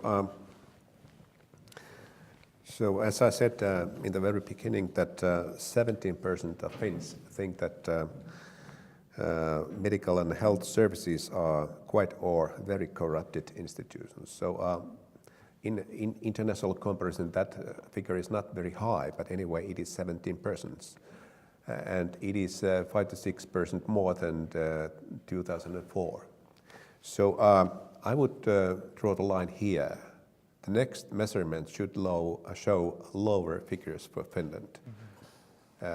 And it is quite possible, since there has happened similar changes with other institutions. In 2010, Finns thought that political parties are very corrupted. 60% said that they are corrupted.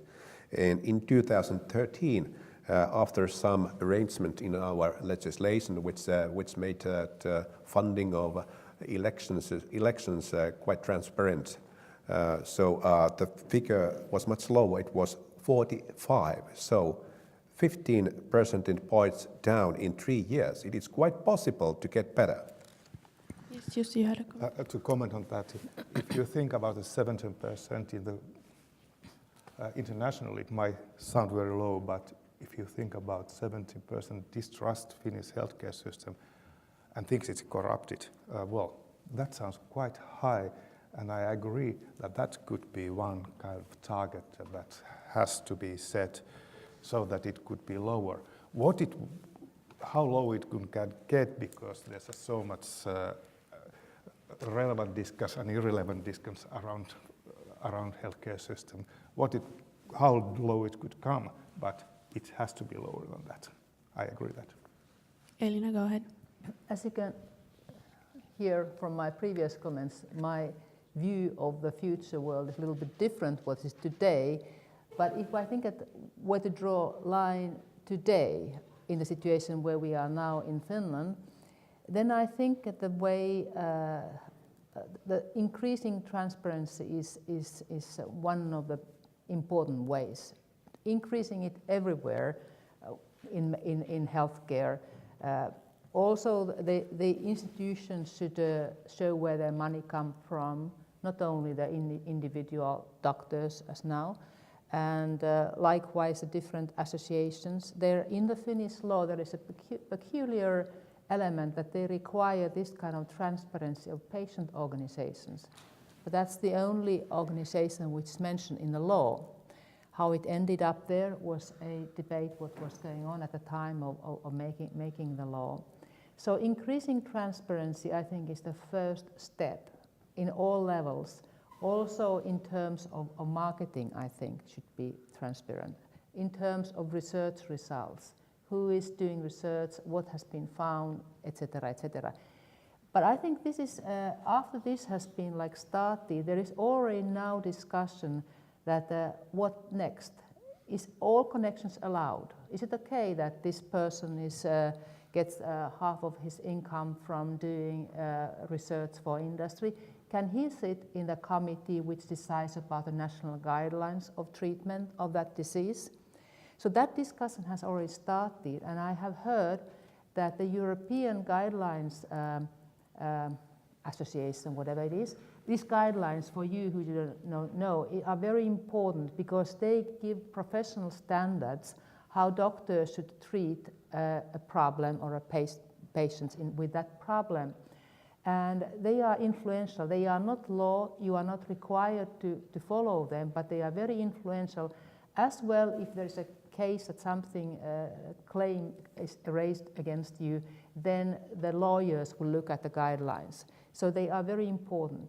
Now, there is a system in Finland, as in other countries, that these guidelines are made by professional groups, voluntary, so to say. And now the discussion has started, who can sit in these groups? Has the connection to the industry which benefits from treatment, is it okay, etc. So that kind of discussion could start. Likewise, you could start asking that can a person sit in Kela, whatever governing body, if he has this and that. There are rules already that in the government you can't do that, but what about HUS with its millions of money, etc. So I think that the next step is thinking what is appropriate, but I think transparency is the beginning. I would agree with, for me, that transparency is the only way forward, and we have to be transparent and open about everything. I won't add anymore. Okay, thanks a lot. If no one has something to add, so we will start with a questions session. And we have here also 2 Twitter moderators. And I would like to here, are there any questions raised in Twitter? We do indeed have a few questions on Twitter. The first one is that postgraduate training by doctors in Finland is largely financed by pharmaceutical industry. Do you see this as a problem or not? Well, I think we've discussed that, haven't we? I mean, Pekka? Well, certainly it's a problem, and as we have mentioned in this discussion, it distorts the way, the message, what is given, and it emphasizes too much pharmacological treatments, for example, at the cost of other kinds of treatments. Yes. It's as Pekka said, it's a problem, but I think it's a handleable problem because that's not the only, even though it's a big share of the education, it's not the only one still. And it's just a part of the discussion, so we have to keep in mind the dimension of the problem. Okay, the next question is, why are not all research results conducted by pharma companies on pharma products public? And the person who asked this thinks that this leads to distorted perceptions. Do you have any comments on why that is? I didn't quite hear the question. Could you repeat, please? Why are not all research results conducted by pharma companies on pharma products public? Well, I cannot answer the question, but it relates to science in general. Why isn't science open? Why isn't everything open? I admire very much the work done by Linus Torvalds and his Linux,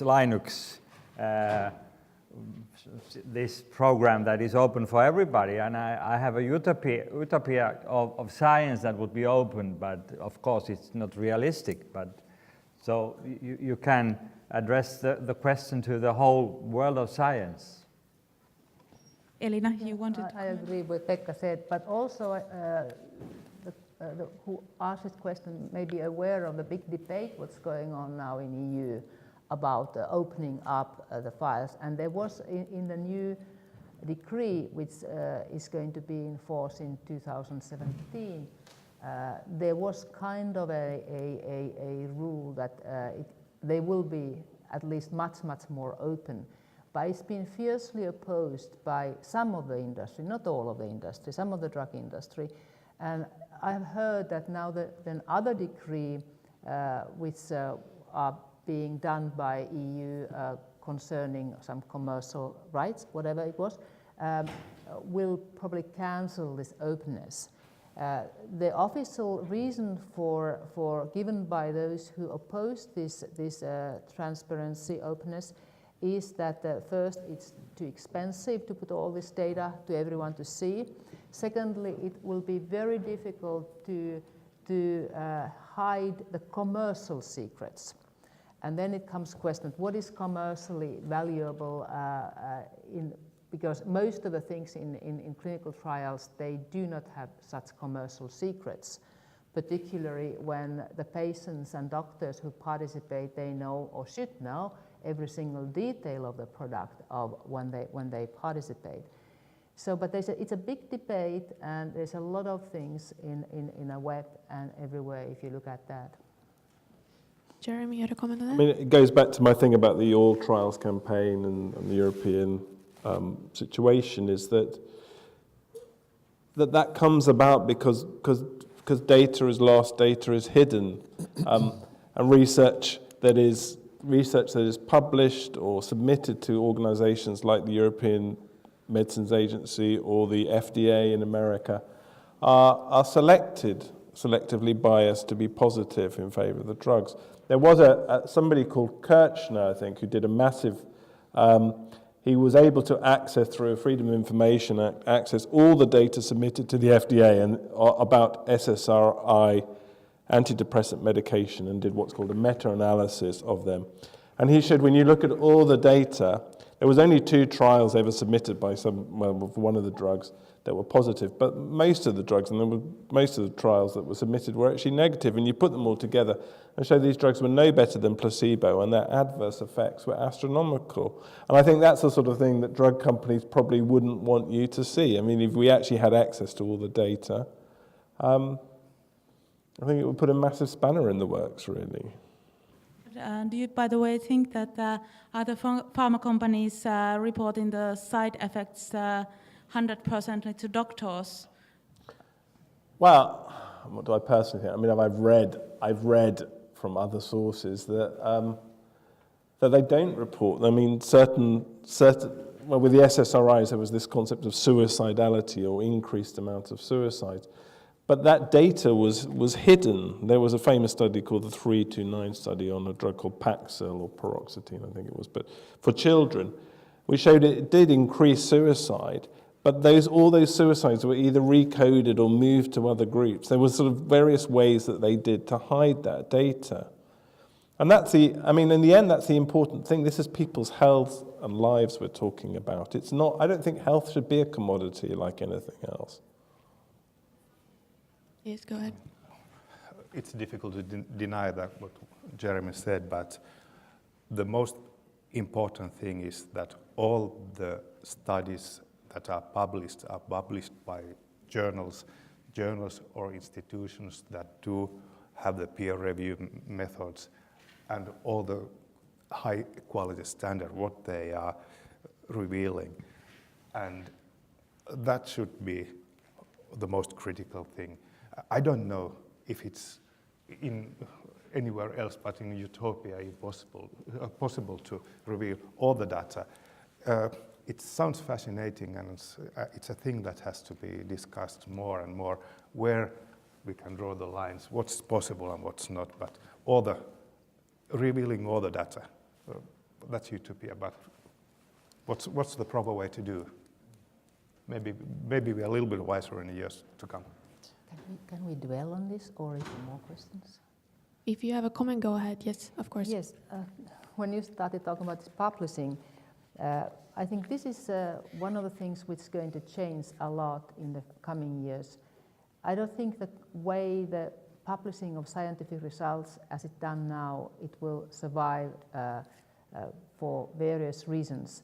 So I think we will, in any case, regardless of what pharma industry or what we want, due to the publishing changes, we will come to a situation where the data will be there, and then people do their own research based on that data.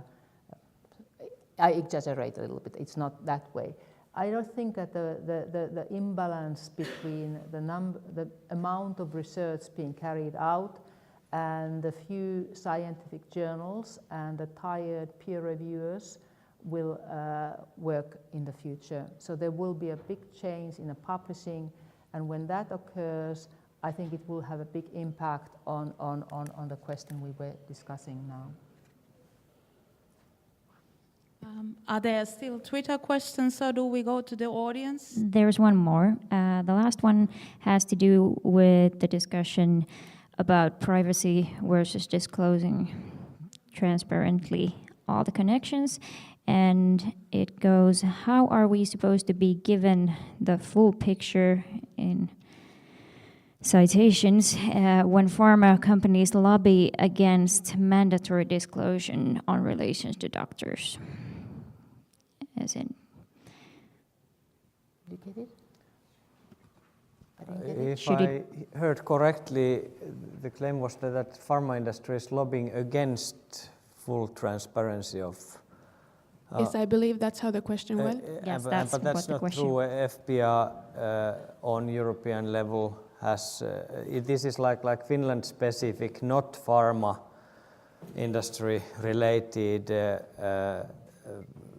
like special feature that our privacy regulation does not allow forcing individuals to publish their incomes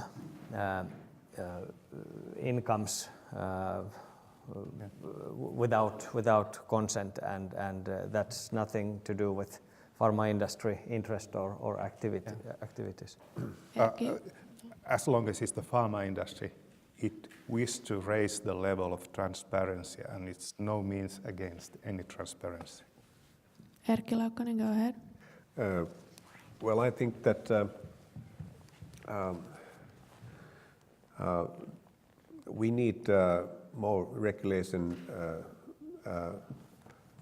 regarding lobbying itself. So not only in this matter, but as I mentioned earlier, so Europe is without rules today. So we have a huge amount, like an army of lobbyists in Brussels, and we only know that the strongest of those lobbies is financial lobby. I think that that the pharma lobby is quite strong as well, but we don't know actually. And we need integrity legislation, Europe-wide integrity legislation, which makes those lobbies, let's say, responsible for European citizens. They should, let's say, it should be mandatory for them to register as lobbyists and report how much they use money and to what purposes. And then we perhaps could discuss about this detail expressed here. But first we need the grounds, and that means Europe-wide legislation. Elina, go ahead. Yeah, I fully support that proposal, but I would extend it to Finland. We don't even less of lobbying ministries and parliament. I think that should be included into the new trend.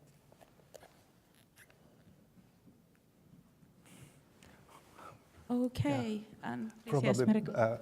I like to answer because probably I'm the only lobbyist here. But we know you. So I wouldn't mind legislation, but as far as it's in legislation or practice, I don't feel the big difference. But again, the transparency is the key point. When we are talking about the lobbyist in European level of pharma industry, it's the FPA, European Federation, European Association for Pharma Productions and Associations, and they hold their flag quite high when they are going to the Parliament or in the EU level discussion, as well as I go to the Finnish authorities or the politicians. I always state who I'm representing and why, and that's the way to do it, to get them trusted so that they know what my background and why I'm here. If it's legislation, it would be okay, but it didn't change the practice at all. Yes, it is true, and there's the other side too. For example, in this respect, European Parliament is one, let's say, challenging institution. So European Union did a very wide research regarding transparency and corruption in their own institutions. But European Parliament didn't like this idea, so it was not researched. So I think there are other problems too we have to discuss. Elina, go ahead. You had a comment? Not on this, but I was reading something there, and I wonder, can we comment those two, or Of course. When is the time for that? Yes, if you'd like to comment a question or a comment that is addressed to you, go ahead. Yes. Yes, I would like to comment the Aku Koppakala case, because maybe I was too much taken on my own fate to say that now I can say anything. Well, for a while I can say anything, but not everyone can say anything. So I think his case indicates, even though formally he was expelled by his employer, and the reason I understood was that because he said something which harmed the reputation of his employer, which was Mehiläinen. And I think that in the Finnish custom, it is the habit that if the employee harms the employer, it's okay to dispel this person. So I think that was the formal reason. But rumors tell that there was also this connection to the new head of the who formally expelled him, and because he came from pharma industry, so he was critical about psychotropic drugs and said rather bluntly that they are useless, the type of thing. I mean, I don't agree with his view, but I mean, he said that not as a private professional, what you can say, that what you think about these drugs. He is a psychologist, but this case certainly shows that there are limits, and one day people may find out that the freedom of speech isn't that great in Finland, even you think so. Jeremy, you had a comment? Can I actually comment on that, because Akku's a personal friend of mine and I watched the programme and I know his views. He didn't actually say they were rubbish. Okay. He said there is science to support the fact that they may not be as effective as we think they are, and they may be causing more of a problem than they're actually solving. And he actually based, it was very moderately said what he said, and he based it very much on evidence that is out there for all of us to evaluate. So I should say, probably he didn't say they were rubbish. I didn't see the program, sorry. Yeah. I was told. No, yeah, I mean, but it's been cast as he was just saying they were rubbish. Okay. And I do think, I mean, as an outsider, I was sort of saying, gosh, is this a case that you actually have poor freedom of speech? And one of the criticisms I understood was it was about the fact that he was suggesting that Mehiläinen, well, don't follow the guidelines, or Mehiläinen should follow the accepted guideline, antidepressant or depression, what are they called? The Kaupohoito guidelines. Yeah, guidelines, yeah, practice guidelines. But then if you look on the Kaupohoito website, it says that these are things that should be open to criticism and discussion and evaluation. And the person who leads Kaupohoito was very much in agreement that it would be okay to criticize these. They're guidelines, they're not statutes of law. Jussi Merikallio, you had a comment about that? No, just as we were talking about this specific case, we have to understand that there's a completely different thing. He was sacked out of Mehiläinen, and what are the reasons there?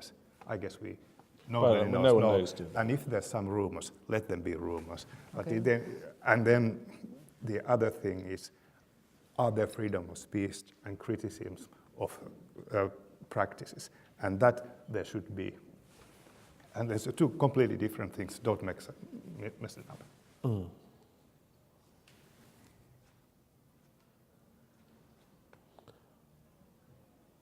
Well, should we continue to the next question? Or do you still like to discuss this? There's a question there. Questions from the audience. Yeah. So we go to the audience and continue with that. Please. I'm Marit Nermes. I'm a journalist and I have written a non-fiction book on depression drugs. I get chills when the pharma industry says that we want to develop the healthcare system. Oh my God, this is directly from the strategic planning of what to do, because we know actually that pharma industry influences everything: science, medical journals, patient association, medical association, medical student association, pharmacists, whatever, because it's everywhere, and everything is a social investment to something. When you're training, when you're marketing, when you're doing, everything is marketing. And I really feel bad if we give the pharma industry any power to develop Finnish healthcare system.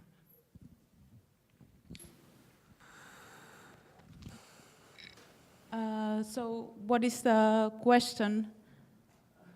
I was commenting, and Thank you for the comment. Well, I forgot one thing. Yeah. That is not true that the pharma industry wants the transparency. There is court cases against EMA, against European Union, because they published too much information on drugs. Any comments on that? I didn't quite get the EMA court case, but I can comment that, because Elina, I please. know the case. It's about the case where EMA revealed the research result of 2 innovative drugs, and then the companies blame EMA that it has revealed secrets, trade secrets, and so, or was going to open up. And this is a debate, and I think EMA has suffered from that quite a lot, because some of the key persons there have been forced to change their mind, etc. So at least in that case, it's true that those 2 companies were very much against, but again, against transparency. But again, they use the argument that they are not against transparency, they are against revealing their trade secrets. So that was the argument. So officially, I think drug industry is supporting transparency, but what happens behind the scenes, we don't know, and how much of this support is because it's old-fashioned, it looks bad if you don't support transparency. So because the image and the fame is very, very important for the drug industry. I think there had been so-called scandals out in the world there, which had hurt the drug industry, their public image. And I think they have done in the last few years a great effort to build that public image again, particularly in North America. So industry is very careful not to be accused of anything which can hurt their public image. So I think they may play, I don't know, I have no evidence, but they may play a double role, openly being supportive of all good things, and then those things which are not so good, they do hidden. That's one possibility why things look different than they in practice are. I would like to comment that those things that are related to the trade secret and commercial secrets, there has been, not very long time ago in Finland also, a court case where to draw the line, and now use the word to draw the line, what should be transparent and what should be the trade secret. The trade secret, and the Finnish court did determine the trade secrets, things such as what are the expected amounts of the patients in this and this cases with this and this medications, what are the cost-effective studies behind that. They are partly trade secrets, but everything else has to be transparent. That's always a question, where to draw the line with the transparency. But if you look in any business around, I feel, and I strongly believe that also, that pharma industry is one of the most transparent. I think we had an additional question. Why is it so that I don't get the results of SSRI drugs which already the patent have even expired? I've asked from Fimea and they say, we don't give you anything. It costs 500 euros to get the decision that we don't give you anything. No, I'm sorry, but I can't hear you quite well, this microphone. Okay, why even those results of clinical trials of drugs which the patent has already expired, why they are not public? I can't get them. I have tried through Fimea. That's a Elina, sorry. Oh. Yeah. Just a comment. That is the experience of most people who have tried to get the data on clinical trials which are in the files of Medicine Agency in Finland and also elsewhere in Europe. Sweden is an exception, has been an exception. And all this discussion about openness, it's with the new legislation which hasn't come into force yet. So agencies, drug agencies and others rely on the old legislation which it could give Fimea the possibility to open up, but it doesn't require. And Fimea and its predecessors have been very conservative in their interpretations. I personally have done it 3 times, one each time, one almost through court, but then they decided not to take health ministry into court. They thought it doesn't look good. But overall, it has been a tradition not to give data. So this new legislation, which is hopefully coming one day, will change the system. Then you will get the data. But I'm not sure whether you will get the data from the old drugs. Do they go historically back? I don't know how the rules are. Or whether they just interpret it will mean trials since the new legislation came into force. Okay, more questions? Over here at the front.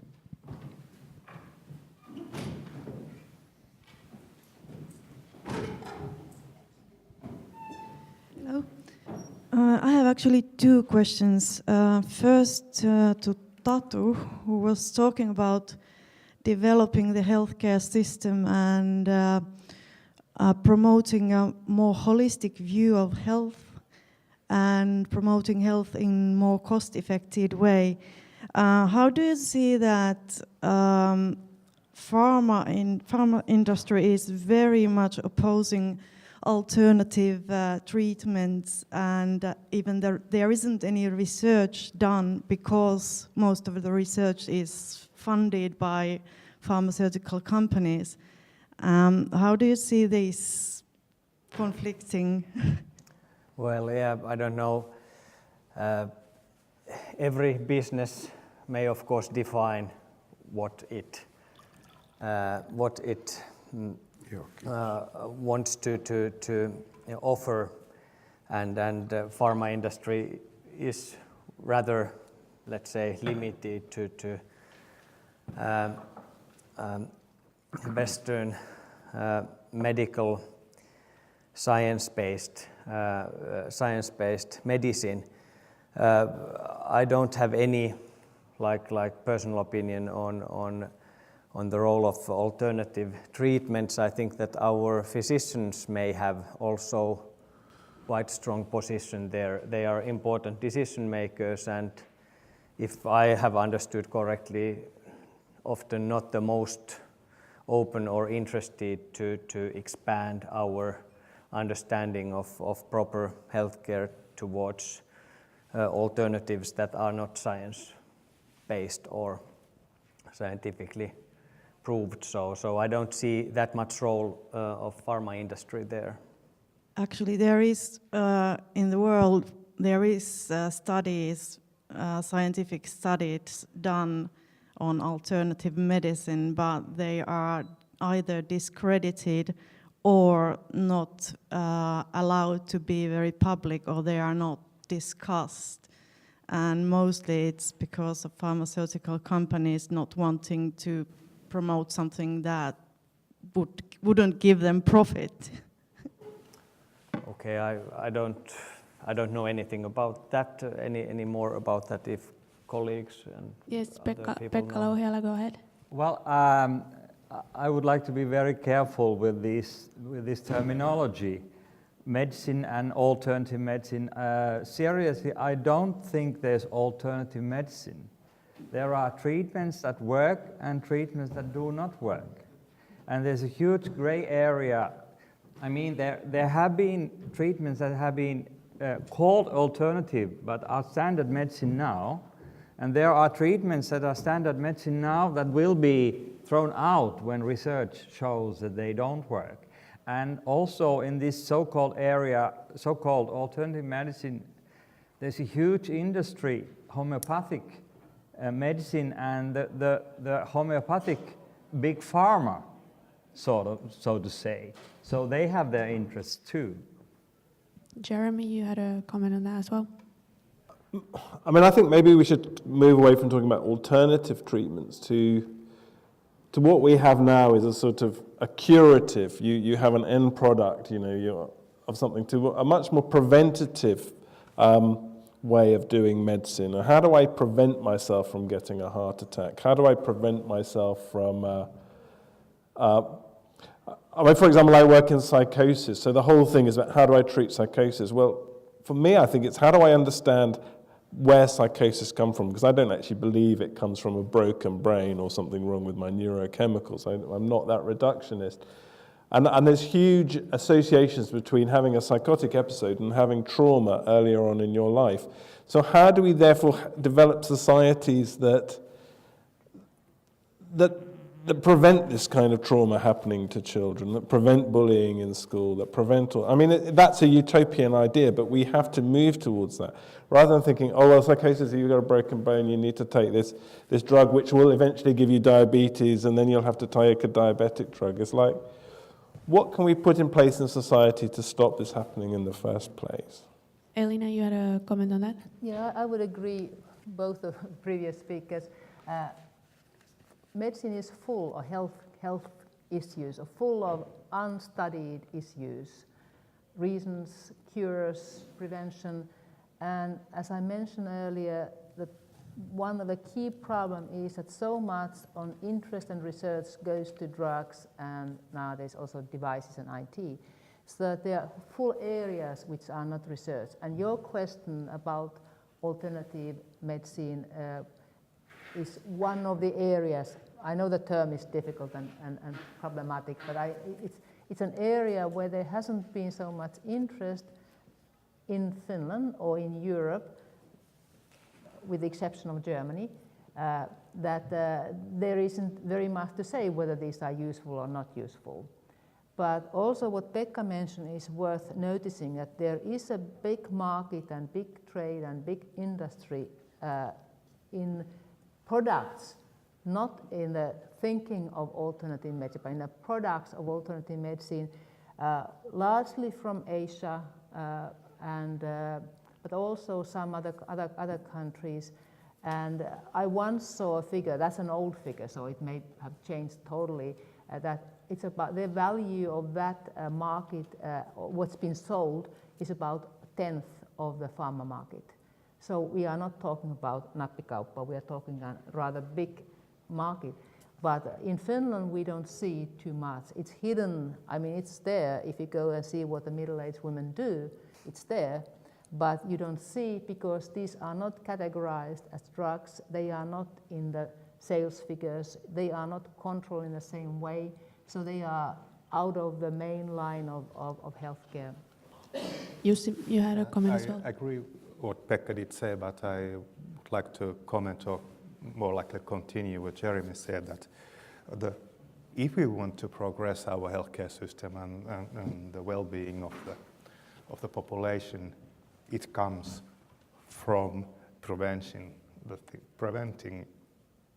things and looking the more healthier way to live and prevention systems. But they are not an alternative to each other, the curative treatment and the prevention. They come together. And you can't draw a line between. No, you can't. Of course you can't draw a line between it. You're going to need some cures at the end, but the focus being more on prevention than on cure, perhaps. Where do you put your money, basically? Yeah. If you want the well-being, you would need to be more preventive. Okay, I had another question to Jussi, because you talked, you said one interesting thing that I would like to, if you could clarify. You said that drug prices in Finland are regulated by some government body and not by pharmaceutical companies.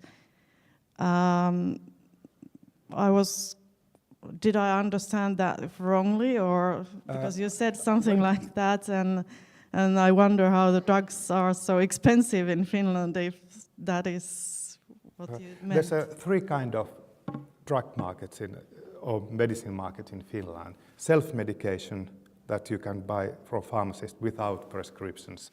And in these cases, the pharmaceutical companies and the pharmacists can determine the prices. Okay, that's out of the price control. Then is the hospital market, and those drugs that are used in hospitals, and they are done by public procurements, tendering these methods. And that's a question where the hospital and the the pharma industry kind of negotiates the price of the medicine. And then there's the prescribed medicines that are the most of the medicines that are sold. And those prices are determined by HILA. It's called in Finnish Hintalautakunta. It's under the Health and Social Ministry, and it's called Pricing Board in English. And when a company has permission to sell some medicine, that's granted by Fimea, the medical agency in Finland, then it applies a price from the pricing board, and the pricing board sets the price. So that it's not of course, the pharma industry can suggest some price, but it never goes how it suggests. It's always the price board that sets the price. Jeremy? And I have to continue. And what the consumer pays, it's the price that is from the price board's given price and the Kela's given Kela reimbursement, and that's the price that consumer pays. For example, in Sweden, the reimbursement level is much more higher, so even that the price of the medicine could be higher, but the consumer pays less. Did you get it? Pharmacy margin, of course. Oh, the pharmacy margin, but that's kind of not a big issue in this picture. Did you now get it? Could I clarify? Or was I too complex? Can I ask you a question? Because I'm a prescriber of these medicines, okay. and there's on the electronic prescribing thing, there's a drop-down menu of the prices and things like that. Actually, there's two things. One thing in this country, which is very different to Britain, is you can prescribe by the drug's trade name. And I understand in pharmacies that the pharmacist can actually then choose a cheaper option. But patients can say, no, I want to keep this one, and you can't change the medication. And they often say that. So in Britain, you have what's called generic prescribing. You're not allowed to prescribe by any trade name at all. And pharmacy, it's all about, if you have a free healthcare system like the NHS, you try and keep costs as low as possible. But you have these new drugs, for example, these injectable second generation antipsychotics, which are very, very expensive. And I can't imagine that a drug company would come and say, well, in America, this costs $115 per injection, but you can set the price as what you want. You can make it 30 euros. They're going to say, no, I will not accept anything lower than 100 euros or whatever it will be. I think they still will have a say in how much that drug will cost on the Finnish market. And I know what the price is, because it's way above 100 euros per injection. Yeah. I think that's a good answer, because it's job. Yeah, well, if we talk about European pricing, most governments and pricing boards are doing international referencing. Finnish authority always compares against a long list of European Economic Area price list, and they are of course also seeing that is it reimbursed or not reimbursed in a particular country, and in that setup, Finland as a tiny pharma market is not in position to set European price level. So we are typically in the low cost quarter of the price list on European comparison, and our pricing board wants to see our price levels in that cheapest or lowest quarter, and in the big picture, when we internally negotiate with our headquarters or region Europe on pricing, of course, the problem often is that our spillover effect in Germany may be many times more, like 100 times more in value than the price reduction or price change in Finland, and that makes it sometimes very difficult to argument from Finland to headquarters that since we want to provide this product for patients in Finland, we would need this price. It is not at all easy always to get that price from headquarters for Finland. Well, our time is soon running out, but did you, Elina, have a comment still on that? Yes, I think this price issue is very important also from the point of view of the theme of this today's corruption thing. Because in old times, the price wasn't such a key thing. It was a key thing in poor countries. They couldn't afford the drugs they needed because of the price. But now, with the developments and the way how research has been done and what kind of drugs we are going to have in the future, this will be a Finnish question, this will be a European question. We can't anymore afford everything what will be produced. And now becomes a corruption, because if you can convince the leading top Finnish medical elite that it's absolutely necessary for these patients to have this drug, unless they will die, and there will be a public outcry that yes, these drugs have to be on the market. So it will be very, very important for the drug industry and other companies which produce the new technology to convince the leading expert that this is absolutely necessary for the benefit of the patient. And we are like entering into a new area with this individualized medicine with high prices, setting the scene and taking the whole thing up again. Okay, a short comment from Jeremy. Yeah, I mean, it just brought to mind a story. In London, I worked in old age psychiatry, and it was mainly dementia care. And the NICE is similar to Kaupohoito, and they decided that they produced guidelines saying that these new cholinesterase inhibitors for Alzheimer's dementia were not cost effective. And then all these patient groups said, but you're denying us of medication that's really important. And it turns out that these patient groups are completely funded and infiltrated by the drug industry. So it's very all-pervasive, really. It's everywhere. And it's that thing of you're going to deny us of our right to treatment through your guidelines. Whereas the science was saying they're not that effective. They're not cost-effective treatments. Okay, I think time is out, and I would like to thank you all panelists, our audience, and all team members of this corporate social responsibility course called From Practices into Principles. And I hope this discussion today is raising more questions about corporate responsibility in the healthcare and as well in the other industries. Thanks.